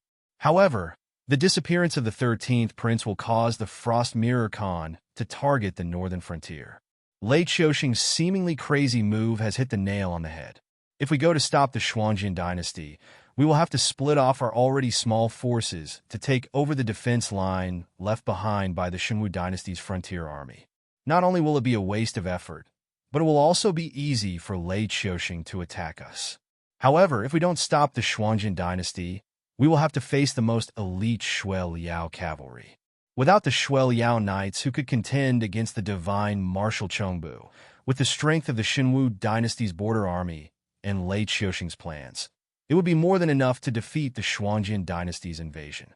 When the time came, Lei Qiuxing would be able to reverse his decline and rebuild the morale of the army. Then, he would be able to find an opportunity to fight us head-on. Right now, the northern frontier's strength is barely enough to deal with Lei Qiuxing, who has recovered 50% of his strength. Add to that the Blood Liao Knights attack, and we can't mobilize more than 30% of our troops. Unless Uncle Gao's defensive fortifications along the river are miraculous, Lei Qiuxing will be able to catch his breath and kill us with a single punch. Li Zhong muttered to himself. His eyes gradually regained their clarity. He said coldly, "What a Lei Qiuxing." Everyone's wisdom was different, and the level at which they looked at problems was also different. Eunuch Zhuo was on the first level, and he could only see the harm of Lei Qiuxing's move. The third prince was on the second level, and he could see the harm of Lei Qiuxing's move. He could also see the benefits from it and derive a series of calculations. Li Zhong was on the third level, and he directly eliminated the areas that were harmful to the Shenwu dynasty. He found the most crucial point, and even used it to deduce the unfavorable situation the northern frontier would soon face. As for which level Lei Qiuxing was on, perhaps only he himself knew. When an expert made a move, the truth would be revealed. Lei Qiuxing had chosen between the north and the south to survive. On one hand, he catered to the north to force the south, but on the other hand, he was worried that the north would become too powerful and difficult to control in the future. Under this kind of worrying situation, no matter how good a card he played, it would be a lousy one. It would be very easy for Li Zhong, Lin Yuan, and other people with great wisdom to find the flaws, and then break his killing moves one by one and counterattack. Even at this point, not only had Lei Qiuxing not solved the trouble in the south, he had not even mobilized Lei Qiuxing and the rebel army in the south. If not for Lin Yuan's tit-for-tat by letting the cultists land in the south, perhaps the south would still be stable and waiting for Lei Qiuxing to be forced into a corner by the northern frontier. At that time, no matter what conditions the aristocratic families in the south offered, Lei Qiuxing would have to pinch his nose and accept them, and the scales of victory would begin to tilt towards the interest groups in the south. At that point, whether it was Lei Qiuxing or Lin Yuan, they would both become losers. It was just a matter of who would lose more in the end. But at the moment when he was completely on the verge of defeat, Lei Qiuxing was able to sweep away all his worries and boldly adopt the method of no construction without destruction to meet the attack of the northern frontier. Moreover, he changed his previous scheming attitude and chose to use an open and above-board scheme. He made the Xuanjian dynasty his butcher's knife.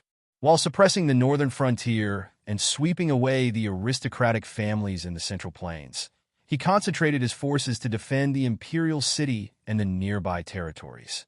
With the Xuanjian barbarians' fighting style of bullying the weak and fearing the strong, he was bound to bypass the imperial city, which was a fat piece of meat, and directly sweep through the territory of the interest groups in the south. The cultists, the Frost Mirror Barbarian, and the interest groups in the south would first fight each other, and then Lei Qiuxing would suddenly close the door and beat the dogs, directly eliminating all the internal problems. Even the aristocratic families that gave him a headache were swept away by the Xuanjian barbarian. How many of them would be left unharmed? How many of them would dare to challenge Lei Qiuxing? How could he count on the aristocratic families near the imperial city that Lei Qiuxing was toying with?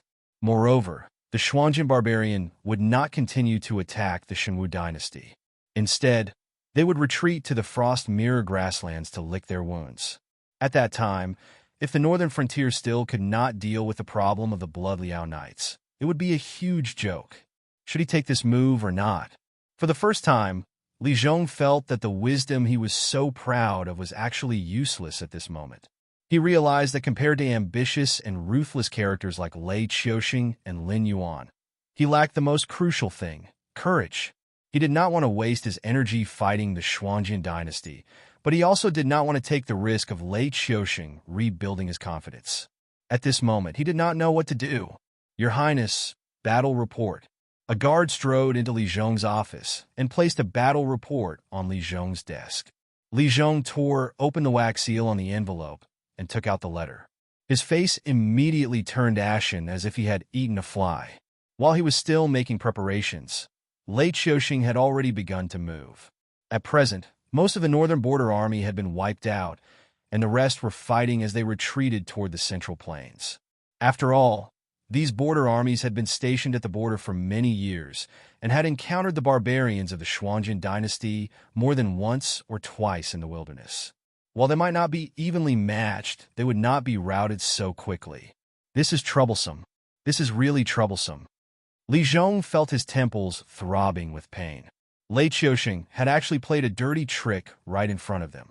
According to Li Zhong's usual logic, Lei Qiuxing's orders would be delivered to the border by trusted officials, and then the border army commanders would have to verify the authenticity of the orders before destroying the fortifications and slowly retreating to the vicinity of the imperial capital.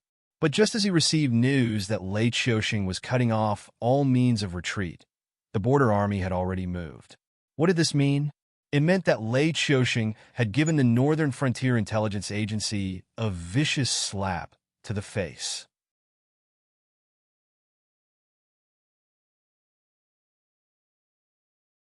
Chapter 502. Lei Qiuxing's order had already bypassed the intelligence system of the Northern Frontier and reached the border army. He pretended to be in the servants' administration just to confuse the intelligence agency of the Northern Frontier. He wanted Li Zhong and the others to think about it for a while when they received the message. Then he would take advantage of the time to mobilize the border army. In this way, no matter how fast the Northern Frontier's response was, it would be a joke, because the border army had started to retreat in an orderly manner.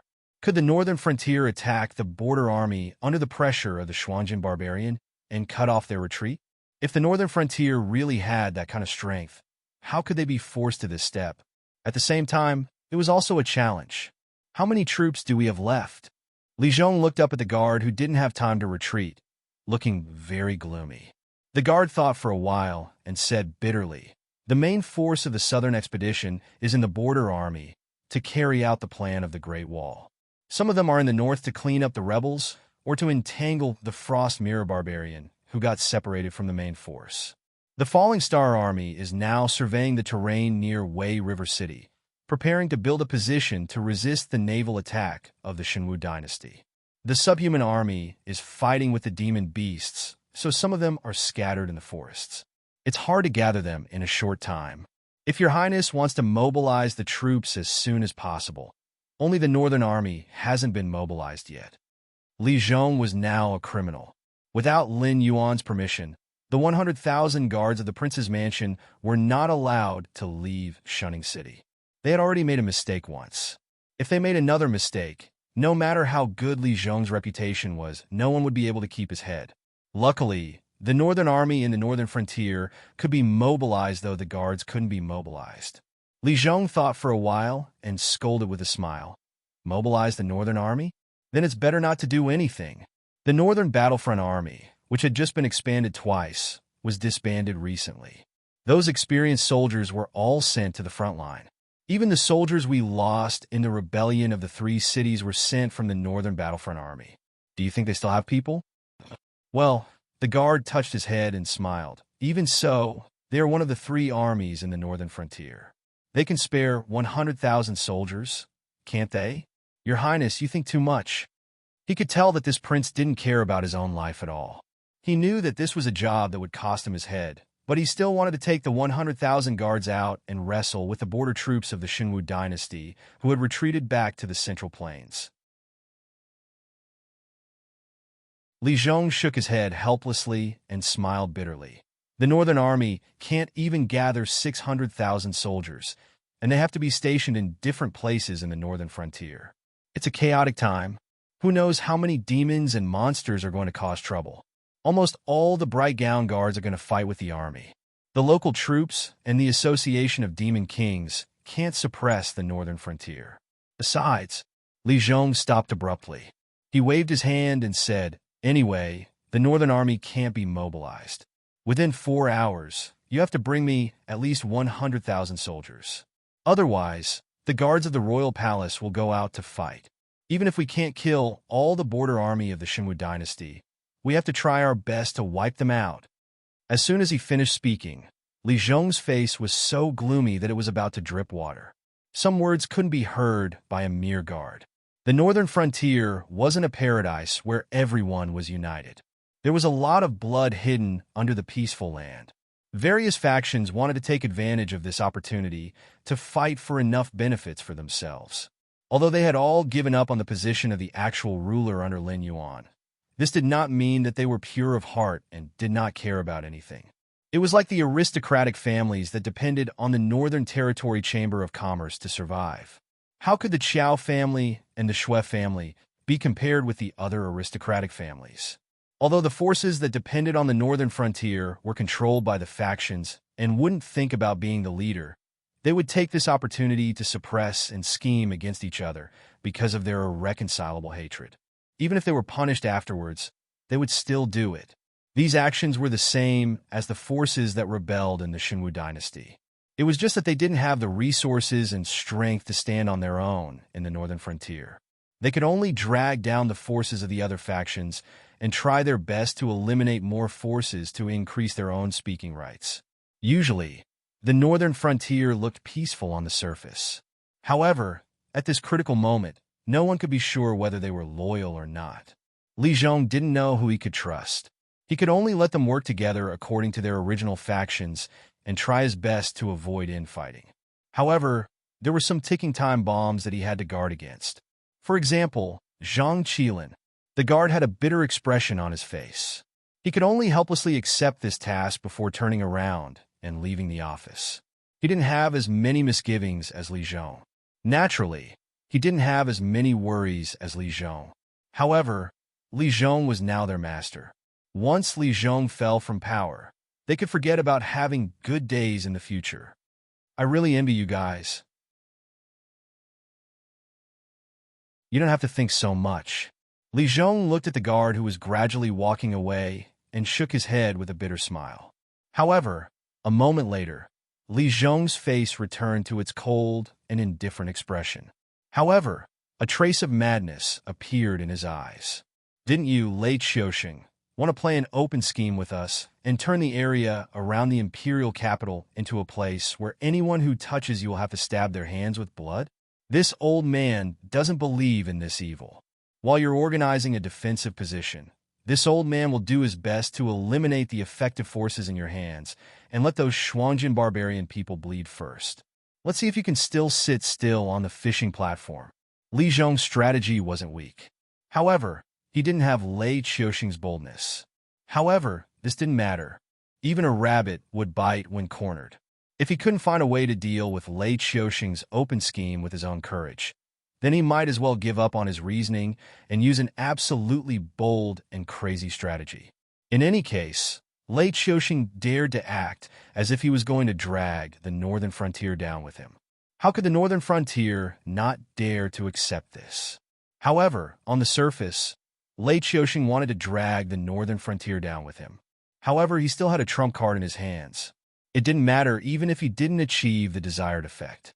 In any case, Lei Qiuxing was extremely confident that he would still be the ruler of the Shinwu dynasty. He wouldn't become a speck of dust in the long river of history because of a small disturbance. However, Li Zhong's crazy response was just a risky move. To put it bluntly, it was just a bluff. In his heart, he really did have some thoughts of dragging Lei Qiuxing down with him.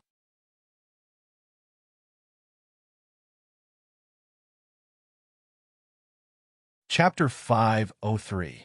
But it doesn't matter. After all, I still have the Dragon King behind me. The madness in Li Zhong's eyes gradually subsided. Lei Qiuxing had some unknown trump cards in his hands, But how could Li Zhong not have any trump cards in his hands? The situation had already become so dangerous, but Lin Yuan didn't show any signs of panic. He didn't even have the intention to recall the army in the south back to the northern frontier to fight together. That must be because Lin Yuan still had other cards that he hadn't played yet. Li Zhong knew his position, so he also knew that no matter how much power Lin Yuan gave him, he was still a puppet. And no matter how much a puppet struggled, it was still within the scope of Lin Yuan's ability. As long as Li Zhong wasn't stupid enough to cancel Lin Yuan's original arrangements and order all the troops in the northern frontier to die, then Lin Yuan would still be able to clean up the situation. There was indeed only one ruler in the northern frontier, but Li Zhong, as the king of the northern frontier, still had a lot of power in his hands. In addition, Lin Yuan deliberately molded Li Zhong into a positive figure who always thought for the common people. Anything that was beneficial to the people in the northern frontier would be credited to Li Zhong. The dirty work was basically done by people like Luo Su, Sherdong, and Xia Xiu. This was because Lin Yuan was very clear that the law of the jungle could be absolutely observed in the Hengduan Mountains. But outside the Hengduan Mountains, when dealing with these people, he had to consider everyone's feelings from all aspects. For example, those capable officials who had real talent, hated war, and could really bring benefits to a region would definitely not be willing to serve under a warmonger like Lin Yuan. After all, Lin Yuan's actions were completely different from the ideals they had molded since childhood. Naturally, they wouldn't favor him, but the development of the northern frontier couldn't be done without them. Therefore, Li Zhong appeared. With Li Zhong as the leader, it was a completely different matter. Not just the people on the northern frontier, even the arrogant sages of the Confucian sect mentioned the reforms on the northern frontier, even though they knew that they were growing on the corpses of the noble families and sects. They did bring benefits to the people. They even removed the opportunity for the noble families and sects as middlemen to suck the wealth of the people. The people received benefits, and so did the income of the rulers. Therefore, no one could go against their conscience and say that the reform of the northern frontier was a strategy to bring chaos to the country. Even though they all knew that the reforms and laws at the northern frontier were all made by Lin Yuan, the exotic beast, they still couldn't believe it. However, since Lin Yuan wanted to give the credit to Li Zhong, these humans agreed to it. They were willing to be blind and not come out to refute. Naturally, there would be talented people who didn't see the twists and turns in the process who came to the northern frontier. Therefore, Li Zhong's position in the northern frontier was very special, different from the previous two kings of the northern frontier. Although Li Zhong didn't have his own faction, his orders carried much more weight than the previous two kings. This was because he was assigned for Lin Yuan to recruit talents. Even if Li Zhong wanted to die, Lin Yuan had to find a way to protect him. I hope you won't walk on that path of death. Li Zhong placed his hands behind his back and sighed faintly. The situation at the northern frontier was indeed complicated. However, Zhang Qilin and Shin Lin Jun, who used to be reserve soldiers, were even more difficult to deal with. These people were 100% loyal to Lei Qiuxing. When Luo Su was teaching Li Zhongxing, Lin Yuan promoted Zhang Qilin and let him lead those people to build the northern army. Therefore, Li Zhongxing was under the subtle influence.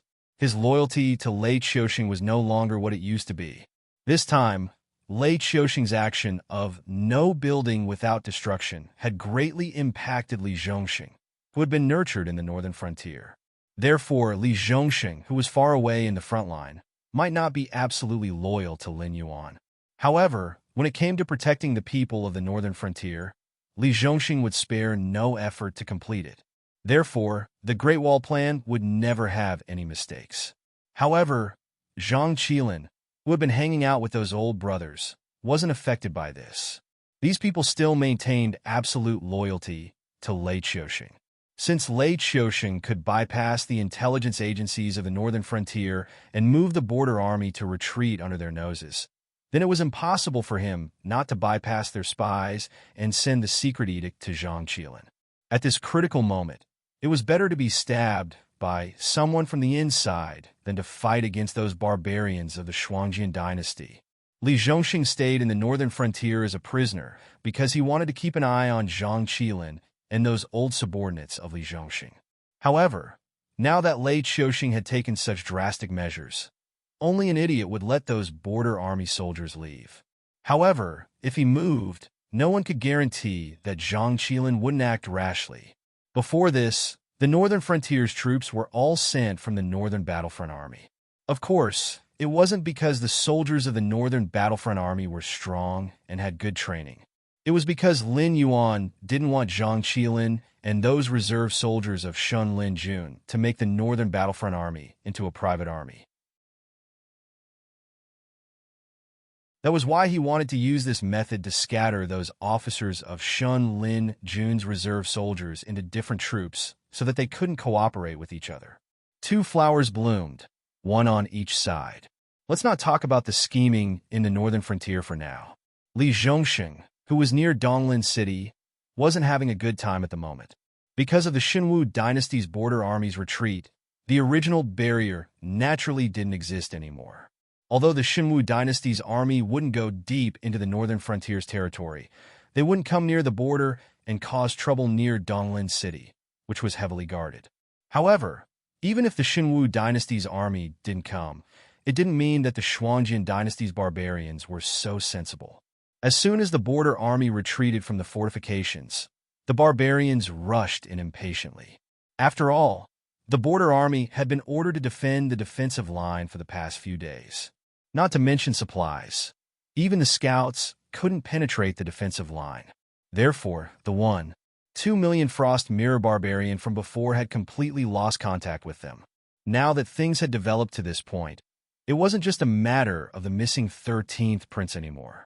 If the 150,000 Blood Gold Knights were wiped out here, even Frost Mirror Khan wouldn't be able to stop the decline of the Blood Gold tribe, let alone the 13th prince. If the 1.05 million cavalrymen were also lost, who knew how many tribes would be wiped out this winter? Because of this, the chiefs of the Xinwu dynasty's territory were extremely anxious. They repeatedly ordered the Northern Frontier to release these warriors even if they had to suffer some losses. Therefore, more and more Frost Mirror Barbarian rushed into the Xinwu dynasty's territory like wolves and tigers, urgently wanting to get in touch with the vanguard troops.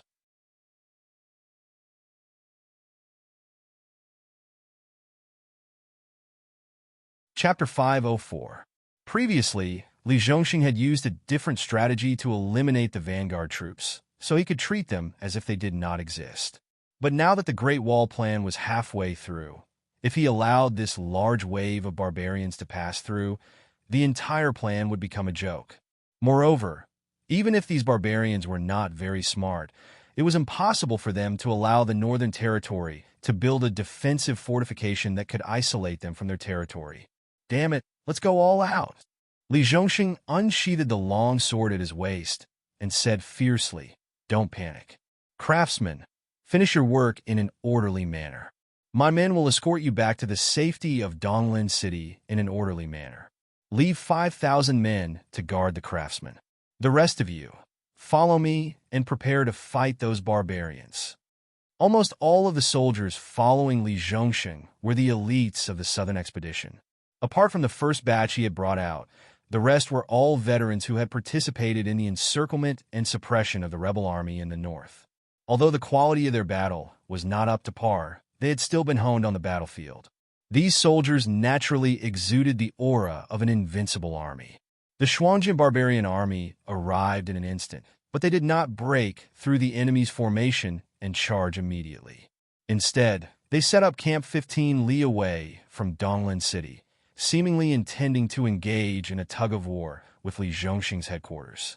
This was the first time the two sides had met. Even the arrogant Xuanjian barbarian army did not dare to be careless at this moment. After all, the 13th prince, 200,000 Bloodridge cavalrymen, and 450,000 cavalrymen from various tribes had all been lost in the north. Now that the brothers who had invaded the Central Plains had regained contact with them, those who had entered the Northern Territory were like clay oxen entering the sea. It was as if they had disappeared directly. Given the barbarians' character of bullying the weak and fearing the strong, Even if they had not personally experienced the battle with the Northern Frontier Army, they would still realize that the so-called information about the Northern Frontier being weak was all fabricated by the Shinwu dynasty to deceive them. The one who was truly weak was the Shinwu dynasty. However, now that things had developed to this point, the Mirror Frost dynasty did not have the spare energy to cause trouble for the Shinwu dynasty for the time being.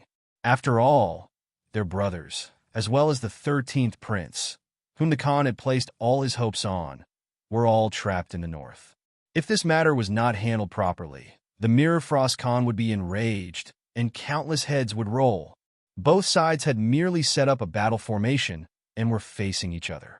Unexpectedly, neither side had any intention of taking the initiative to attack. The first day slowly passed by in this kind of stalemate between wanting to say something but hesitating to do so. It was not until noon of the second day that a rider came out of the Xuanjin dynasty's military tent, claiming to be the messenger of the Khan of Frost. Li Zhongxing's camp was built behind the cement wall.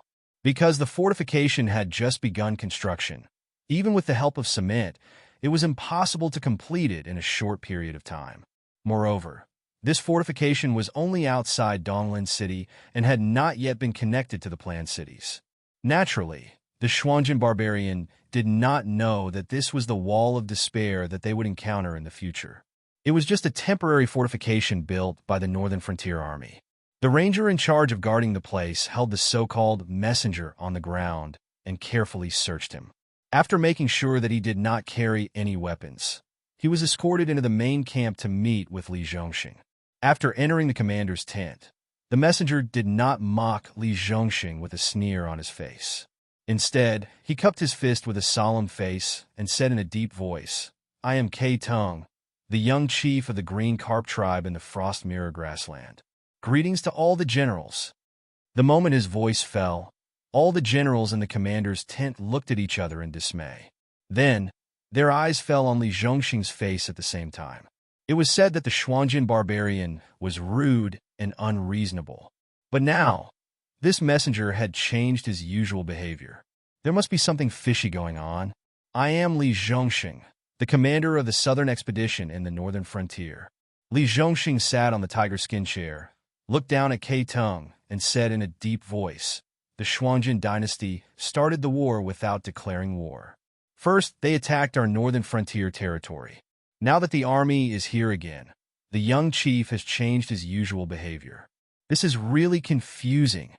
Hearing this, K Tung blushed. He cleared his throat and said, "There is something you don't know, Marshal Li. Our Xuanjin dynasty was deceived by a scoundrel. We didn't know that the northern frontier and the Shinwu dynasty had broken off relations. That's why we attacked the northern frontier territory. I'm sure you also know that our Xuanjin dynasty and the Shinwu dynasty have been at war for more than half a year. When we suddenly saw a hole in our border, we naturally wouldn't let go of this opportunity." K Tang's words weren't nonsense. After all, the northern frontier belonged to the Shinwu dynasty. Although the Frost Mirror barbarian clearly came for the northern frontier, they didn't penetrate the northern frontier, let alone enter the territory of the northern frontier. In addition, the Frost Mirror barbarian had come for the Central Plains. So, if they braced themselves and said that they came to attack the Shinwu dynasty, no one could say anything about it. "Oh!" Li Zhongxing suddenly understood and raised his head. He smiled and said, "Young chief means that you attacked the wrong people?" Yes, that's what I meant." K Ting's face was still red, but it wasn't clear whether it was due to excitement or embarrassment. Li Zhongxing's face suddenly darkened. He said in a strange tone, "Young chief is so sure of this statement. Do you think that I and everyone else are fools? If our northern frontier army entered the Xuanjin dynasty and killed, and then we told you that we were actually going for the demon beasts in the Hengduan mountain range, would you believe us?" As soon as he finished speaking, the generals in the tent suddenly burst into laughter. K Tang's face became even redder. After all, they had all watched the Xuanjin barbarian invade the north. They didn't even look at them, who were disguised as the Shinwu dynasty's troops, and directly rushed to the northern frontier. If the Xuanjin dynasty really came for the Shinwu dynasty, How could they let go of the cities and troops in the north? Donglan City was intact, and they were unharmed. This was a ruthless slap to the Shuangjian dynasty's face. This is not the same. Keiting's face alternated between green and red. He whispered, "Your northern frontier army can directly enter the Hengduan mountain range. Why do you need to use our frost mirror grassland?" Li Zhongxing smiled and shook his head. He mocked, "Then why can't your frost mirror cavalry gather their forces and directly attack the central plains and take over the imperial capital? Why do you have to divide your forces to attack our northern frontier territory? You can divide your forces, but can't we?" Keiteng's chest rose and fell violently. He stared fiercely at Li Zhongxing, but he couldn't spit out a single word. In terms of sharp tongues, even 100 of him wouldn't be a match for these people. But now, he had to lower his head. You're tuning into the Warrior Lore YouTube channel. Don't forget to subscribe and join us on this journey to catch the most captivating stories.